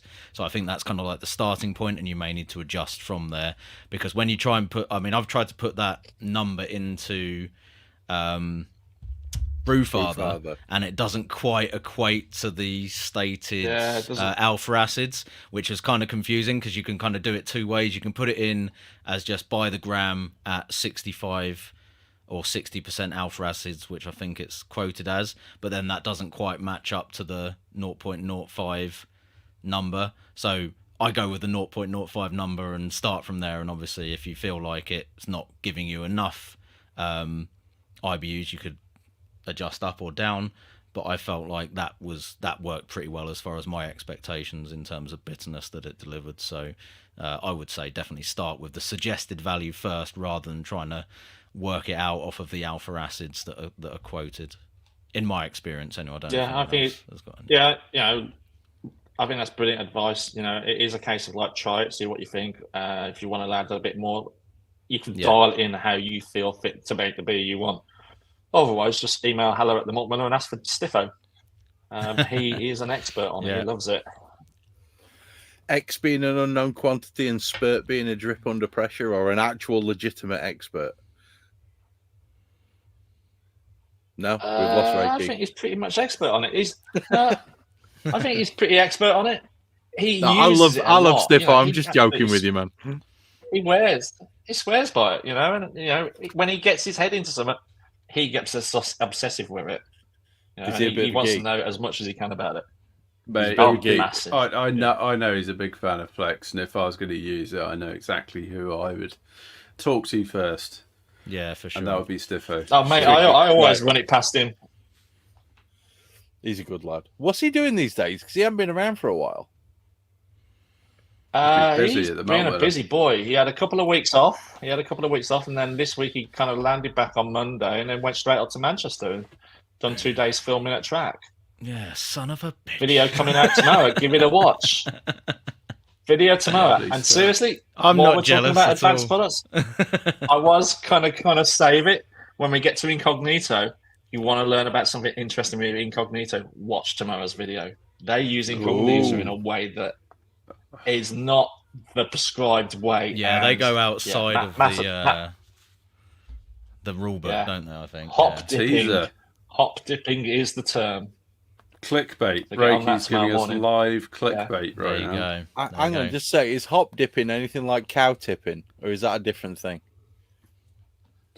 Totally different thing. You don't. I think if you have too much hop sleep. dipping, you might go cow tipping. Maybe, I don't know. With you, could be that. I've got you. Nice segue though, because that does lead us on to Incognito. Again, on the sort of like different products from different companies. I think Yakima now have a similar product called 702. So, I don't think that's in homebrew format. So basically you're looking at Incognito and Bath Hass, which the Malt Miller supply in very handy homebrew size sachets, which are perfect for dosing and equivalent to approximately 100 grams in the Whirlpool, I believe. So essentially it's sort of like a six times equivalent in terms of the weight of pellets. So your 16 gram sachet will equate to about 0.8 grams per litre in a 20 litre batch. The maximum suggested dosage for that is 2 grams per litre. So I guess potentially you could go with 2 packs if you want to, but I've only ever used one. And for me, the amount of flavour that punches into a beer, I think you need to be doing something very big in terms of the beer kind of ABV and what everything else to stand up to putting 2 packs of that in, as far as my experience goes. But your mileage might vary. But essentially, it's another kind of liquid hop extract specifically designed to go into the Whirlpool. Again, zero sort of vegetal matter in there, which should give you true to type flavour and alpha acids as well, so it will contribute bitterness as part of the Whirlpool. You can get the alpha acid value off of the website as well, and obviously you can put that in terms of the weight of the liquid extract you're adding. with the alpha acids, and it should give you, sort of equivalent to, like I said, the sort of equivalent weight of T90 pellets. Again, for me, I've used this a fair few times. It definitely does increase the yield because you're not going to get the equivalent hop absorption for 100 grams worth of pellets you might be putting into the whirlpool. So there is going to be an immediate sort of difference there as far as the yield. But more importantly for me, I think as far as like impact in terms of hop flavor, in my experience, Incognito is like, you can tell straight away as soon as it hits the hot wort that it's just like, I've never used something where, and even with the bigger sort of pellet whirlpool that I've done, I've never had the whole room sort of instantly just stink of, Citra or Mosaic or whatever it is that I'm adding into it, like it does when you drop in a little sachet of Incognito. So for me, it's probably the one that's like the most immediately like apparent that it's, wow, there's a hell of a lot of kind of hop flavor and aroma getting delivered by that product straight away. I'm not just saying that because Reiki's here. That's genuinely my experience with it, and I've said it before in terms of like, put it in, boom, literally the whole garage is now humming of whatever that variety is that goes in. So what do you guys think about Incognito? I will jump I in. mean, yeah, you get a lot of bang for your buck. Sorry, go on, Reiki. Go on, you go, Chris, because you go. I mean, I'm just saying you get a lot of bang for your buck. I'm interested to hear about your experiences of using it. No, okay, I want to hear both your experiences, and then I've got a question for anyone who's used it out of you guys. I will say that the Equinox Incognito, when I do one of my not quite IPLs, as Tricky likes to inform me that they are, the Equinox and Idaho 7 that I do, using Incognito boosts the Equinox to a level that I've never experienced when I've made that beer with hops. Regardless of how big a whirlpool I've done with the Equinox, the Incognito seems to kick the living arse out of the hops when it comes to whirlpool. And again, I'm not just saying this because Reiki's here. I would have said this whether he was or he wasn't. I will not use Equinox in a whirlpool now as a hop, as a T90, or even as a pure hop. I will always spend the £8 and buy the sachet to drop in, because the flavor and the aroma that carries through and the aroma that is there, right, as Tricky said, right from the outset, is absolutely amazing. It's so good. And this is one of those, when I was talking about costs earlier on, spending £8 on a 16-gram sachet of Equinox Incognito compared to spending however much it is for the 200 grams of hops that I would have normally thrown in, it's a no-brainer. It just use the Incognito. If there is an option for Incognito for the hop that you want to whirlpool with, use that. Don't use hops, because it is a completely different kettle of fish. It's a totally different game. You're not even playing in the same stadium or on the same continent. It's an absolute game changer using Incognito for your whirlpool if you've got the hop variety compared to using hops. I think, I'm going to jump in here and share a bit of my experience. I've only used Incognito once, and I used Citra and Mosaic, so I added 2 packs to a whirlpool. Which keeps you, it was brave, yeah, keeps you under that 2 gram per litre top end, but the smell of that was just something I had never experienced before. It was just a totally different beast. It's just a different beast, like to the point where you'd stick your head in the kettle, and it was like, it would almost knock you over. And there's this crazy amount of oil just like floating on the top. I have heard, and perhaps you might be able to substantiate this, Reiki, that adding some pelletized hops at the same time can just help to like diffuse it a little bit better and avoid it kind of sticking quite so much and leaving as much residue on the kettle. Is that true? I mean, or it's not like we've true? scripted this, because literally my question after hearing you three guys talk about it was, how many of you used it with pellets at the same time? Because the recommended way to use it is with pellets, because what it does is it bonds itself to that hot matter rather than your equipment, and stops it from floating on top. That's the recommended way to use Incognito. Although, as you'll see from tomorrow's video, another plug for Stiffo here, there are other ways to use it.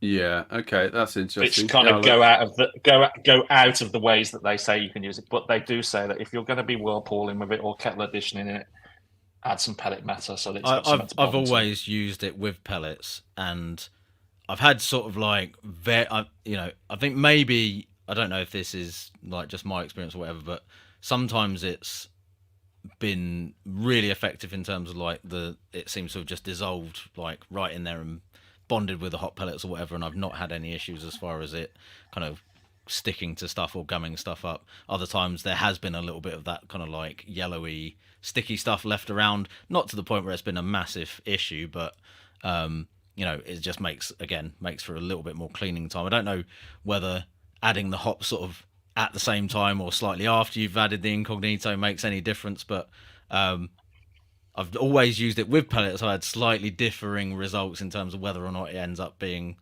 sticky on stuff afterwards, or whether there's still, because sometimes you can see that oil kind of type stuff sort of floating around on the top still.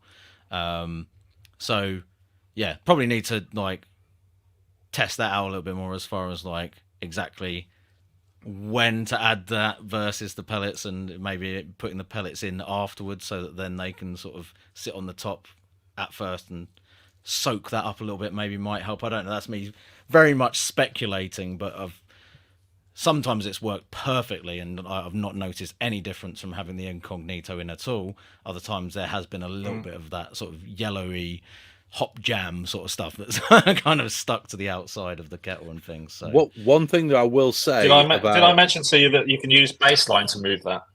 You did. So, which is I'm this sure a new product by any on the chance, website. Thanks for asking, Chris. Yeah, it is a new product. Basically, it's the products that we use to clean our repacking machines down. We said, why don't we sell this? Because it would be great for people to clean their breweries down. You know, you can use it on your equipment, get rid of Incognito, get rid of Flex, etc. So yeah, we got to pack it into 1 litre bottles, unscented. I have to say, better than using any fairy liquids. Keep going, mate. Keep going. The one thing that I will say.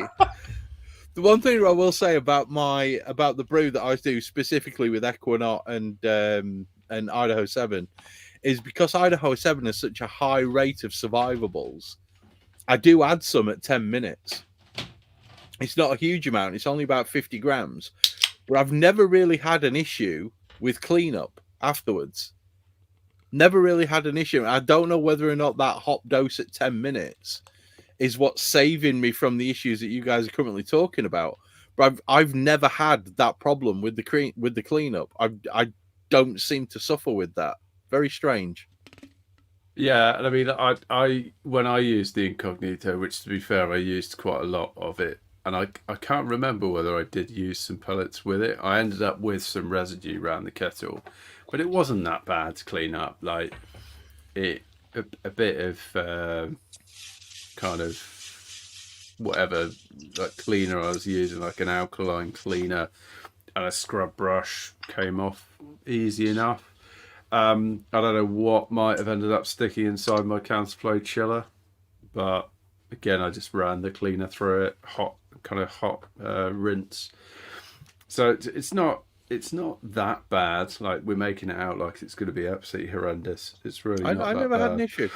One of the things I did do was like, because I've got a lid for my kettle, is when I was whirlpooling with the Incognito, I kind of left the lid on just to try and sort of keep all of those volatiles in. I don't know whether that really makes a great deal of difference, but I kind of felt like the amount of aroma that was kind of coming off the beer whilst it was whirlpooling, I was like, I want to keep that in there. Thanks very much. But I would recommend for a sort of 20 to 23 litre batch only using 1 pack and not 2. I think 2's I've only ever used 1. Yeah, and of course they come in a 16-gram pack, and once you've opened one, you can't really use half and not. No. That's going to oxidize you know, massively, isn't it? It will for sure. So I think you're best kind of using 1 pack and then complementing the rest of the flavour with some, cryo or pure hot pellets or T90s or whatever you've got to hand. I mean, I guess one thing we could say off the back of that as well is that Incognito and probably some of these other products are really probably more, appropriate as far as like, you're not really going to want to be using it in anything that isn't a highly hopped beer. So outside of like, Nipas, Hazies, West Coast IPAs, I'm not really sure that I can see any other kind of style that I'd be likely to be putting like Incognito, certainly, and probably, even Spectrum. Cryo hops, I think you're a bit more flexible because you can sort of, dosage on those can be a little bit, you can change that up a little bit more. But yeah, with the liquid hop products, late boil, it's probably going to be like West Coast or Nipa kind of style beers. And you're not going to be putting it into like a, a best bitter or something like that, are you? Or really anything else? I think one of the things we haven't covered is the varietals that you can get in Incognito. So you can get Centennial. Can I cover this?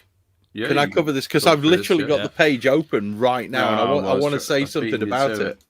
So you can get Citra, you get Mosaic, you get Equinox, you get Chinook, you get Eldorado, you get Centennial. That's currently what's available on Reiki's website. I'm going to call it Reiki's website because he's here.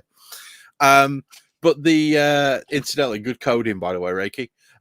But the one thing that I will say right now, and I'm gonna pimp this because there's going to be people going and buying these. Okay, we talk about stuff, people go and buy it for some ridiculously unfathomable reason. But Citra Incognito is currently on sale. It's not £9.35. It's now $6.99 a pack. That's a bargain. Short dated. It may be short dated, but I don't think that's going to go off because that's in a sealed pack and it's been flushed. So that's my personal opinion. It's $6.99, guys. Go buy some. The dates are driven by how long Bathhouse test the shelf life of a product. So I think like Incognito's got a longer shelf life than Spectrum because it's been around longer. So they've tested it for a longer space of time. Yeah. I think it's 2 years on Incognito and like might have gone up to 18 months on Spectrum there. But the longer the products are on the market, it's like they can turn around and say, well, actually, we can get 5 years out of this. It ain't going to change in that packet. It's quite consistent, so it's a bargain. There's also Chinook, which is on sale, and Eldorado, which is on sale. So if you guys are planning on producing a Citra Chinook Eldorado beer anytime soon, you might want to go and check out the Malt Miller's website because they've got a sale on. I'm actually going to add a couple of Citras to my basket right now because I'm ordering some more. And the money you save on that, Chris, you can buy a bottle of Baseline to help clean it up. Oh, there it is. I don't need the Baseline, mate, because I have other stuff being a chemist. I have other products are available, but if you're after some Baseline, I'm going to go for the cheap plug. Since I'm going to go for the cheap plug. Since I've given my Saturday night to you off the cuff. We are more than this is the thing. We are more than happy for you to come on and plug whatever you want because the vast majority of us do most of our shopping at your website anyway. So knowing if something's cheaper may actually be beneficial for all of us, Martin, to be fair. I think you should get a can of this while you're there as well, Chris. Never eat another man's applause from Verdant. Never eat another man's applause. Yeah, Citra, Idaho 7, Simcoe, Nelson, and Equinox. I'm not sure I even know what that means. Yeah, that's a funny old beer name. Yeah, it really is. But it's got Idaho 7 in it, so Chris is adding it to his order as we speak. He's literally right now. He's all over it for sure. Is Reiki? You can tell the guys spend a lot of time in their tap room. Yeah, for sure. Yeah. Rick, have you used Sabro Incognito at all? And do you have any views or reviews on it? Next subject. Next subject. I'm Not a fan. I'm not a Sabro fan, I'm afraid. You just I don't am like definitely the Sabro wrong person generally. to ask about Sabro. You're one of the Marmite. I don't like haters, coconut. Yeah. That is disappointing. There is only the Sharks Attack triple pack. There's none of the miniature Sharks beer that's Oh, available. what a shame. You're going to have to drink the whale sharks as well. I'm not doing that. He loves a Yeah, dipper. you have to do the I dipper. don't want to die. He loves a dipper. He says he hates a dipper, and then like next week he'll be like, "My commercial beer is a dipper." Yeah. I've already got my commercial beer It's for the the best next beer episode. I've It's ever in the had, fridge. 4.9. Yeah. That's probably because I'm pissed out my tree because I've had a barbecue all day. I've been drinking since 2 a.m. It's a single 2 p.m. hop. Oh, what's a you single cooking? hop Citra dipper. Always cooking, mate. Oh, you don't get to be this fat without cooking a lot, Reiki. Come on. Oh, I did. What was on the barbie then? I did some nice short ribs for dinner. I didn't actually cook on the I barbecue love short today. ribs. How long were you I cooking didn't- them for?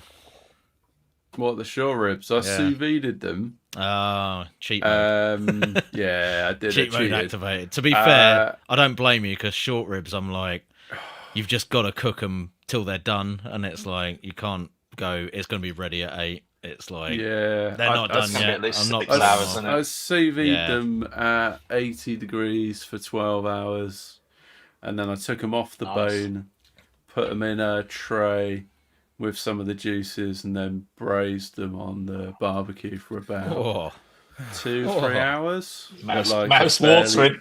oh keep fairly talking, high Owen. temp. Oh. Yeah, and then I made Give me like all that filth. I made a nice onion gravy with the juices. Oh, you took dirty some of the boy. fat Keep off. going. You can't. Added a bit can't. of honey just to add a little bit of sweetness to the Yeah, the you need a bit of gravy. sweetness in there when you're doing it. Oh mate, Hang on. I'm just and turning the cam off. Give me a minute. he's getting the wet wipe.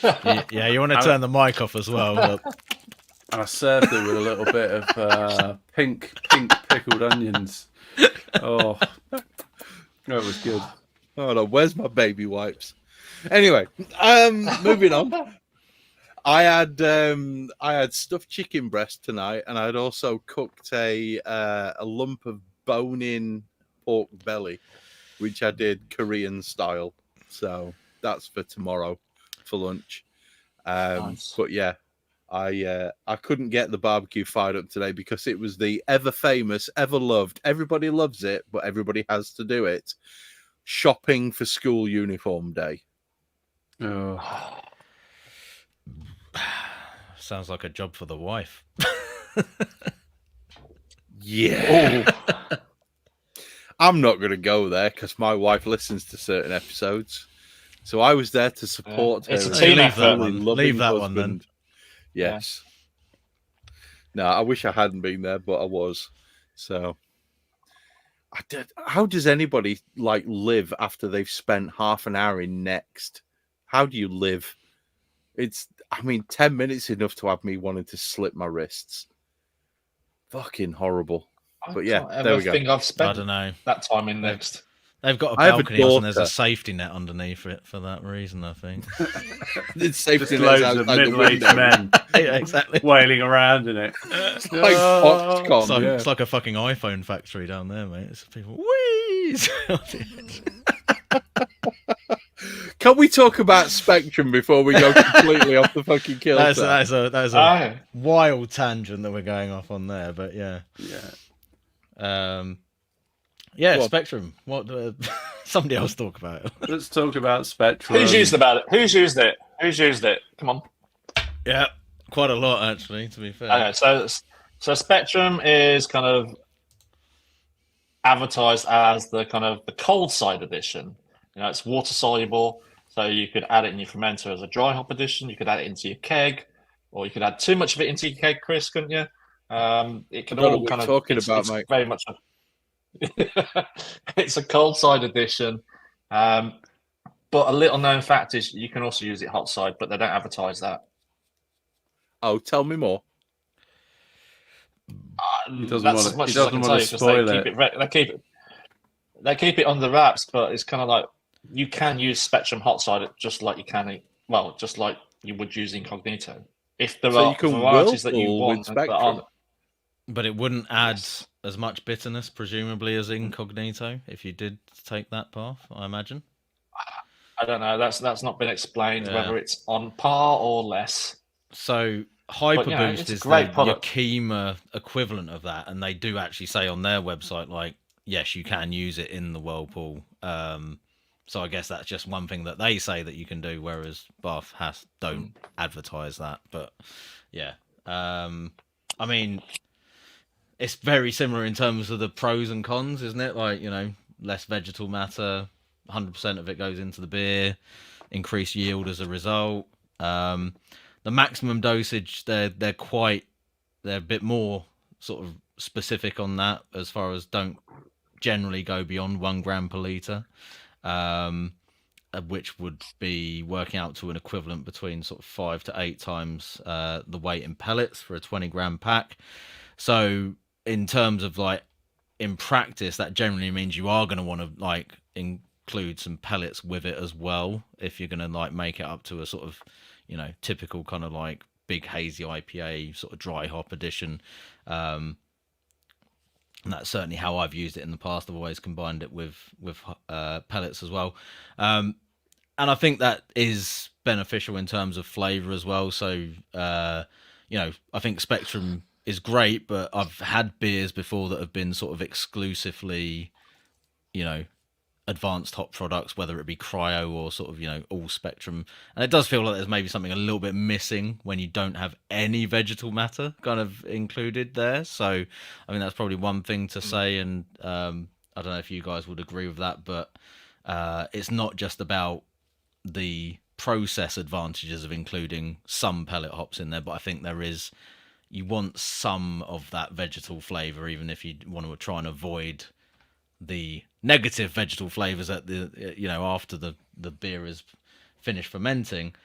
That element in the hop pellets is actually something that adds flavor that you do want to keep into the beer, in my experience, to a certain level. It's just that balancing act of figuring out where it works for you. Would that be the same as steaming a chicken breast as opposed to frying it? Because steamed chicken Weird tastes analogy, shit. but maybe. Yeah, odds comparison. Yeah, Not no, really. we have talked about this on the pod before, and I think the analogy Maillard reaction. You that want I've some used crispiness. is There you go, mate. that like a lot of these products will give you the top notes, right? So it's kind of like you'll get this like really bright sort of top note kind of flavor from these products, and then maybe if you're not using any hop pellets, maybe you're missing a little bit of that sort of like it was an audio sort of or musical equivalent, like you're missing a bit of like the mid range. So you got like the treble from the cryo and the Spectrum and stuff. If you don't have any hop pellets in there, maybe you're missing a little bit of that rhythm section to give you a bit of punch on the flavor. So yeah, you know, and again, like your mileage may vary, so try out how it works for you, experiment, but the guidance is there from literally the producers themselves to say it's a good idea to include some hop pellets in there. So, and that's how I've used them. I've you know, had some really good results doing it that way. So yeah, And yeah, I think there's more. we're- Go on, Amy. Yeah, I was going to say when we're kind of talking about like in the main making like really hoppy beer styles, and that's kind of where the frame of Incognito and Spectrum tends to sit immediately in the mind.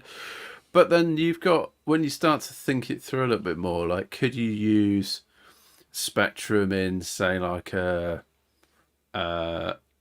dry hopped Pilsner, for instance, where actually you would only want that kind of distinct top note and not necessarily complement it with the slightly dirtier hot pellet piece. Yeah, no, that's and that was just kind of a thought of mine that came to mind that I think there's a lot more to be done with experimenting with Incognito and Spectrum. They're relatively new products. They tend to be a little bit more expensive, so perhaps not as many people are using them. I think they're beginning to proliferate a bit more, which is great. So I think there's more conversation to be had about how we're gonna experiment with them and use them. I suppose. I think going down there's the a route- lot to be said for what you just said, Owen. You know, experimentation is how we learn the best ways to use these things. Yeah, you keep saying top note, but actually, I think you get a bit more. You do get a bit more texture with Spectrum than if you were using an oil. In the same way that actually, you know, I've kind of over the last year been experimenting more with whole leaf hops. Again, you get some more texture, you get some more experiences. It's like, you know, a lot of brewers swear by using whole leaf hops because it's going to aid and add head retention. So kind of using those like hot side is giving you things that other things can't, that pellets can't give you. I think there's a lot of things where there's just no evidence, and it's just like work with what works for you. And so like, I guess I'm kind of saying it's like, just keep trying these things and just like try them in different ways. And it's like, right, there might be instructions saying, yeah, you use this on the hot side or you use this on the cold side. Play about with it. Don't always read the instructions and don't always follow them. Is this one of those situations whereby we spoke on an episode a long time ago about the potential variations for producing beers with the number of malts, the percentages of the malts, the addition of the hops, the different types of yeast, and we came up with like a ridiculously huge number. I'm pretty sure it was fairly close to infinity of the different variations that you could make. So we've got these new products. We've got the Spectrum, we've got the Incognito, we've got the Flex, we've got the T45, T90, BBC, Pure Hop, you know, even the hop oils, just the straightforward hop oils. Are we now introducing more variables into the production of a beer where it's giving people such a huge sort of scope for variation and experimentation that we're going to end up seeing new applications for these products moving further down the line as the people with, you know, sorry to put such a fine point on it, but massive balls are willing to, you know, fucking lose 400 quid in a batch to be able to make something which is ridiculously different but may yet turn out to be amazing. Yeah, I think you're hitting the nail on the head there. You know, experiment, share information, talk to people, because that's how you learn. You know, it's like that's one of the things that we love about doing our Brew With Us videos. We go to a brewery and it's like, oh, well, what are we going to learn? And it's like, you just pick away and you look at the process. The process is where you learn the most. And Yes. tomorrow's videos, it's like, fuck yeah, what Stiffo learns from Matt at track. They're breaking lots of rules. They're not reading instructions. They're doing their own thing. And they're doing it I think we have to bear in mind that the manufacturer is obviously going to be fairly conservative, especially with a new product like this, in terms of like how they recommend people use it, because they've only got a certain amount of time to experiment with it themselves, and they're working from feedback from breweries as well. And clearly these products are like initially are aimed at a certain beer style and how it's typically going to be used and all the rest of it. But there's a massive scope for, you know, trying out different things. And just what Chris said. Infinity. And on the home brew front, you've got, you know, the option to do that on a much smaller scale where it's not going to cost you a shit ton of money if it goes tits up and you have to throw it down the drain. So as we found out when we had Will Rogers on. Exactly, and we'll love that. The advice and feedback you guys gave over just giving you guys like 100 grams of this experimental hop, he was overwhelmed and just thought, and he got it quick. He didn't have to wait months for a brewery to say, well, I'm brewing that one beer now with those 20 kilos that only exist for me.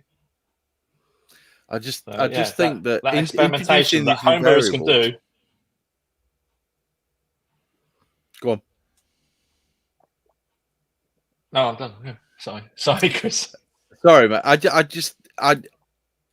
I'm a numbers guy being a scientist, and I'm an experimental guy being a scientist. But for me, it's constant, isn't it? There's always something new. There's a new variety. There's a new this. There's a different way of using the malt. There's a different beer style. There's a different yeast. There's now we've got based on what we're talking about today, we're talking 8 different ways of using hops. 8. And then you got different companies producing different things. We're going to have slight variations, and all of a sudden you're going to end up with, you know, these ridiculous beers, which, I mean, I'm not going to say they're irreproducible, but different kit produces different beers, and different people do things in different ways with different. And then you get water profiles, and then all of a sudden you got hops and everything. Guys, welcome to the final frontier. Okay, this is fucking Stardate 2024, and we're pushing the foreskin of science back so far. I got it in again. So far that we're actually being able to just say, do you know what? We have so much ability to tune a beer and produce it the way that we want to. Just go and experiment. I'm going to be putting Spectrum in a whirlpool. That's all I'm saying right now. And it won't be Galaxy. But I am going to be putting Spectrum in a whirlpool. Isn't that why we love homebrewing? Because you have these opportunities to do all this experimentation with all of these different things. The pros, you know, they're doing it. How many hectoliters are they going to throw down the drain? You know, as few I've got a beer that I've been brewing. You know, I've got a beer I've been trying to brew, and literally the last 2 batches have gone down the drain. You know, and it's gut wrenching to me. But man, if I was a pro brewer and I was like throwing like 30 hex down the drain, I'd be way more gutted. Just trying to do new things and try new ingredients and new processes, and it doesn't work. All right, next batch. I mean, for some breweries, that could be the difference between like turning the key or not. Yeah, true. Especially in the current environment. Yeah, Chris, I think, you know, we only need a few more new products in, and you're pretty much getting circumcised on the altar of science. I think I'm pretty close. I'm pretty close, mate. Yeah, but what's going to turn it? What do we need to get in? Yeah. Nothing, Reiki. We don't need anything else. Nothing left to give. What's bringing the back snippers as in? far as it will go. It doesn't go back any further. Stretching the banjo. It doesn't. String. It's about to pop. For me, the whole sort of thing that we're looking at with I'm moving on. Yeah, sorry. The whole thing with these banjo strings, you bastard. What I'm looking at. Well, can we just move into what not to do with Spectrum? Because Reiki's had first-hand experience of what not to do with Spectrum, because I sent him a bottle. But one of the things that we don't do with Spectrum is you don't put it at the end of the fermentation. Please read the fucking instructions, people, which I didn't do. That's a new catchphrase, by the way, Chris. Stretching the banjo string of science. The banjo string, yeah. We're going to go with that. That's going to run that one. Oh, yeah, we've got plenty of legs in that. I mean, what you're saying there, the reason they're saying not to add it when fermentation is finished is because there's no movement within the kettle, within the FV. But if you were to add it and you're pushing CO2 through the vessel, which creates turbulence and kind of movement, and if you're doing that on like a regular basis, you could easily add it. I think that's the only reason they're saying not to add it when fermentation is finished, because it's just literally going to sink. Anecdotal evidence that says you're wrong. If you're rousing, it's like when you dry hops. Like hops are going to sit on the top. Unless you rouse that tank, it's going to take bloody days for those things to sink through and dissolve into the beer. Rousing your FV is such an easy thing to do, but so few people do it. Yeah, I did it. I literally did it yesterday, Roki. Although it's not so easy when you have to pick up a 23-litre batch in a FV and turn it upside down manually. You turning yours upside down? You're going with the inverted method. Well, it's only that normally I do have a tube that I can run CO2 gas through, but it fell off and I couldn't be asked to put it back on when I put the lid on the last batch. So I had to go with the manual method. Tube? What's that?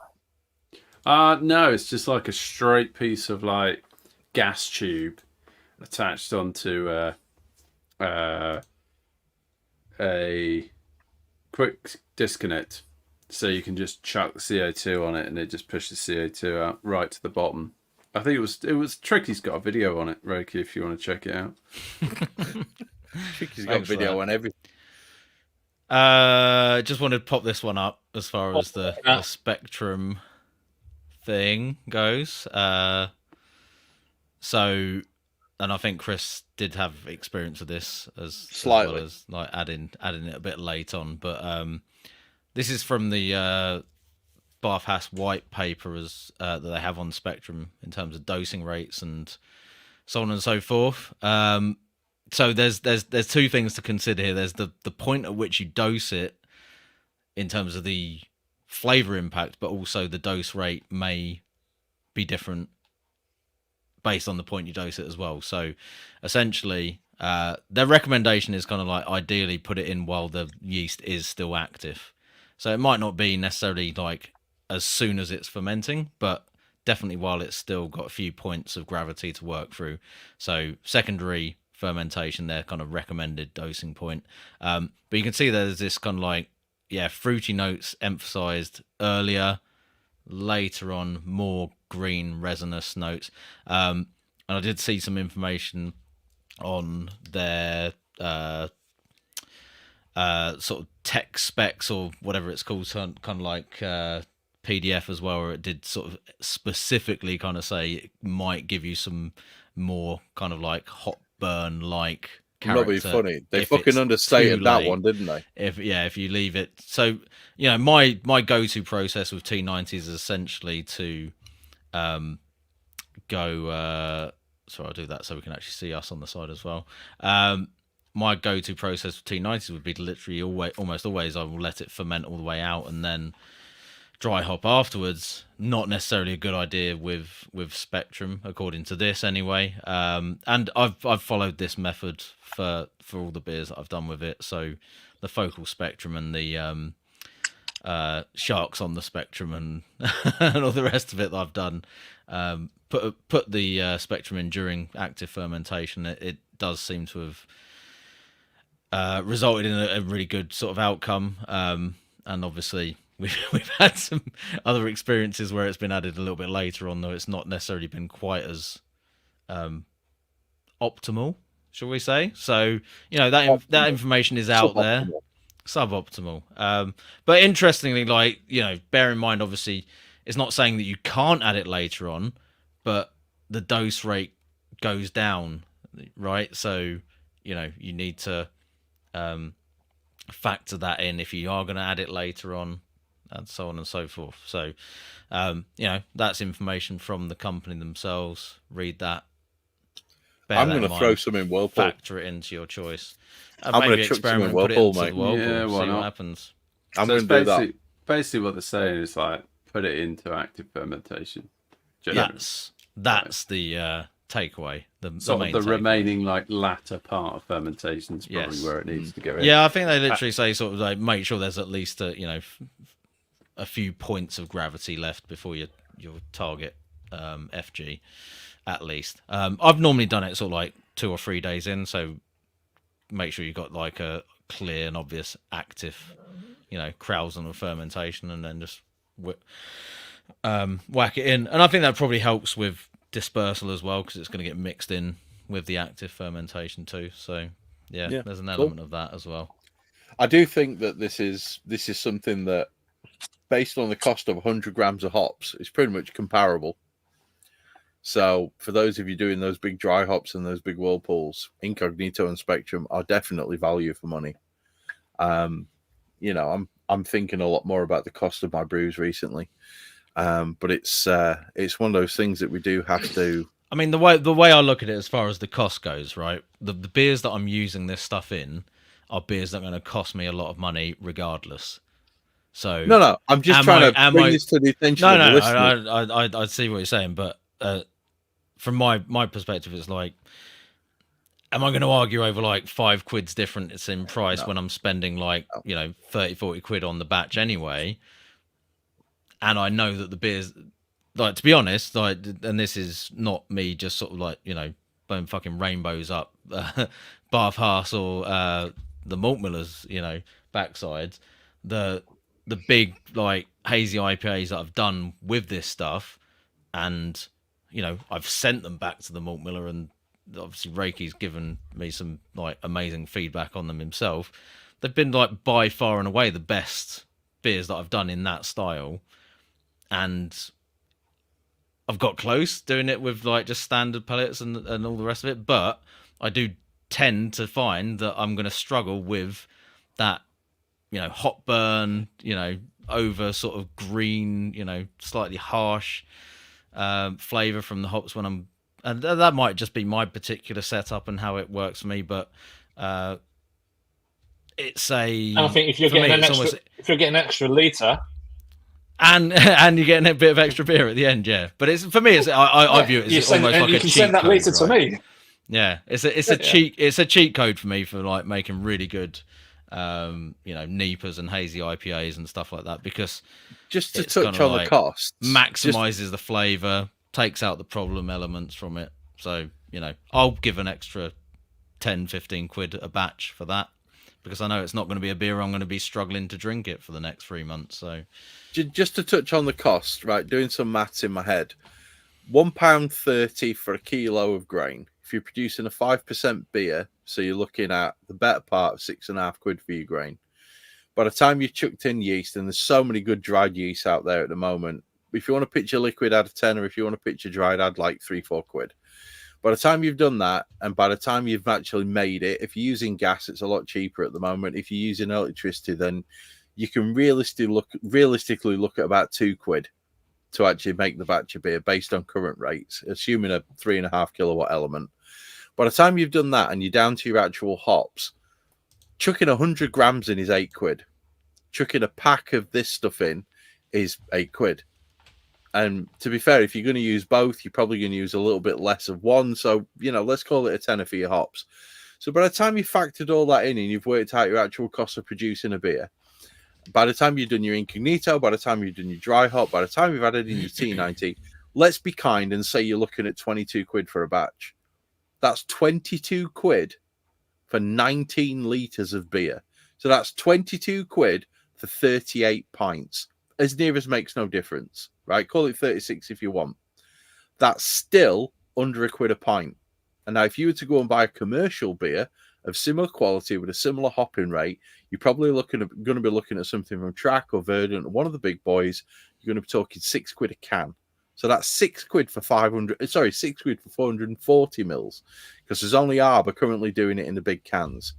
Regardless of whether or not you consider this to be financially viable, by the time you've done the maths, you're still saving a shit ton of money from buying commercial. That's just rough maths in my head. Yeah, I know that's rough maths in your head, and yeah, you can make a great beer for that kind of price. But some of these kind of like more hoppy, adventurous beers, you're touching on 50-60 quid for a batch. And I know that is more than a standard 25-30 quid batch.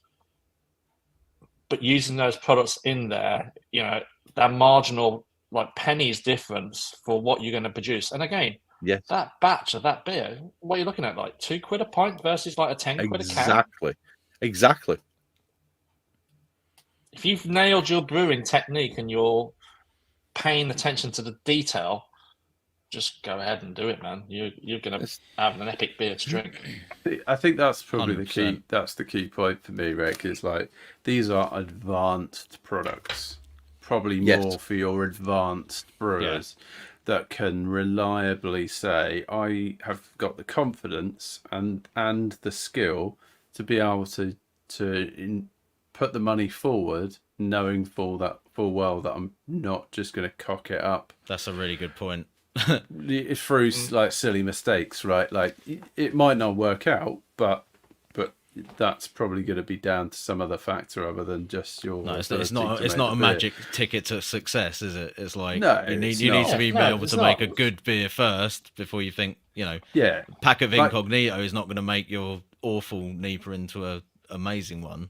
Yeah, because that's probably down to the technique. You've either got to be a skilled homebrewer, a very cocky individual, or someone with very deep pockets to spend 50 or 60 quid on a batch. We're probably talking more to the prior group And I think the quality emphasis, which has always been what we've been about, is about how do we make better quality beer as homebrewers. These are the sorts of products I think can bring a step up in the quality of your beer. Right? That was actually going to be my final point, Owen. Well, I've just stolen it, mate. I've just snipped the banjo string and run off with it. Cheers, man. My foreskin don't work anymore. But the point is, there's like, if you're looking at 30 quid a batch, whether you use advanced hop products or whether you use T90 or just use a bit more, the cost is pretty much going to be the same. And the reason why they're made is because they are an improvement, or not necessarily improvement, but a difference. Those 2 extra litres that you get out is saving you 8 quid, putting not too fine a point on it when we're talking 50, 60 quid a batch, right?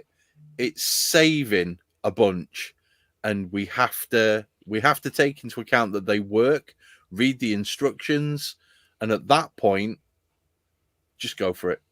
Just go for it, because they do any work. And they are great. That's another 4 cans of beer, which is going to be like 5 to 10 quid as a real beautiful beer. Exactly. So exactly. What you're spending is massive saving. Exactly. But at that point, horses for courses. It is, and I don't bet on horses. So if you're brewing to a budget, that they might not be the product to you. But actually, if you are brewing to a budget and you know the type of beer you want and your budget's a little bit higher, they're a great product to consider. Exactly.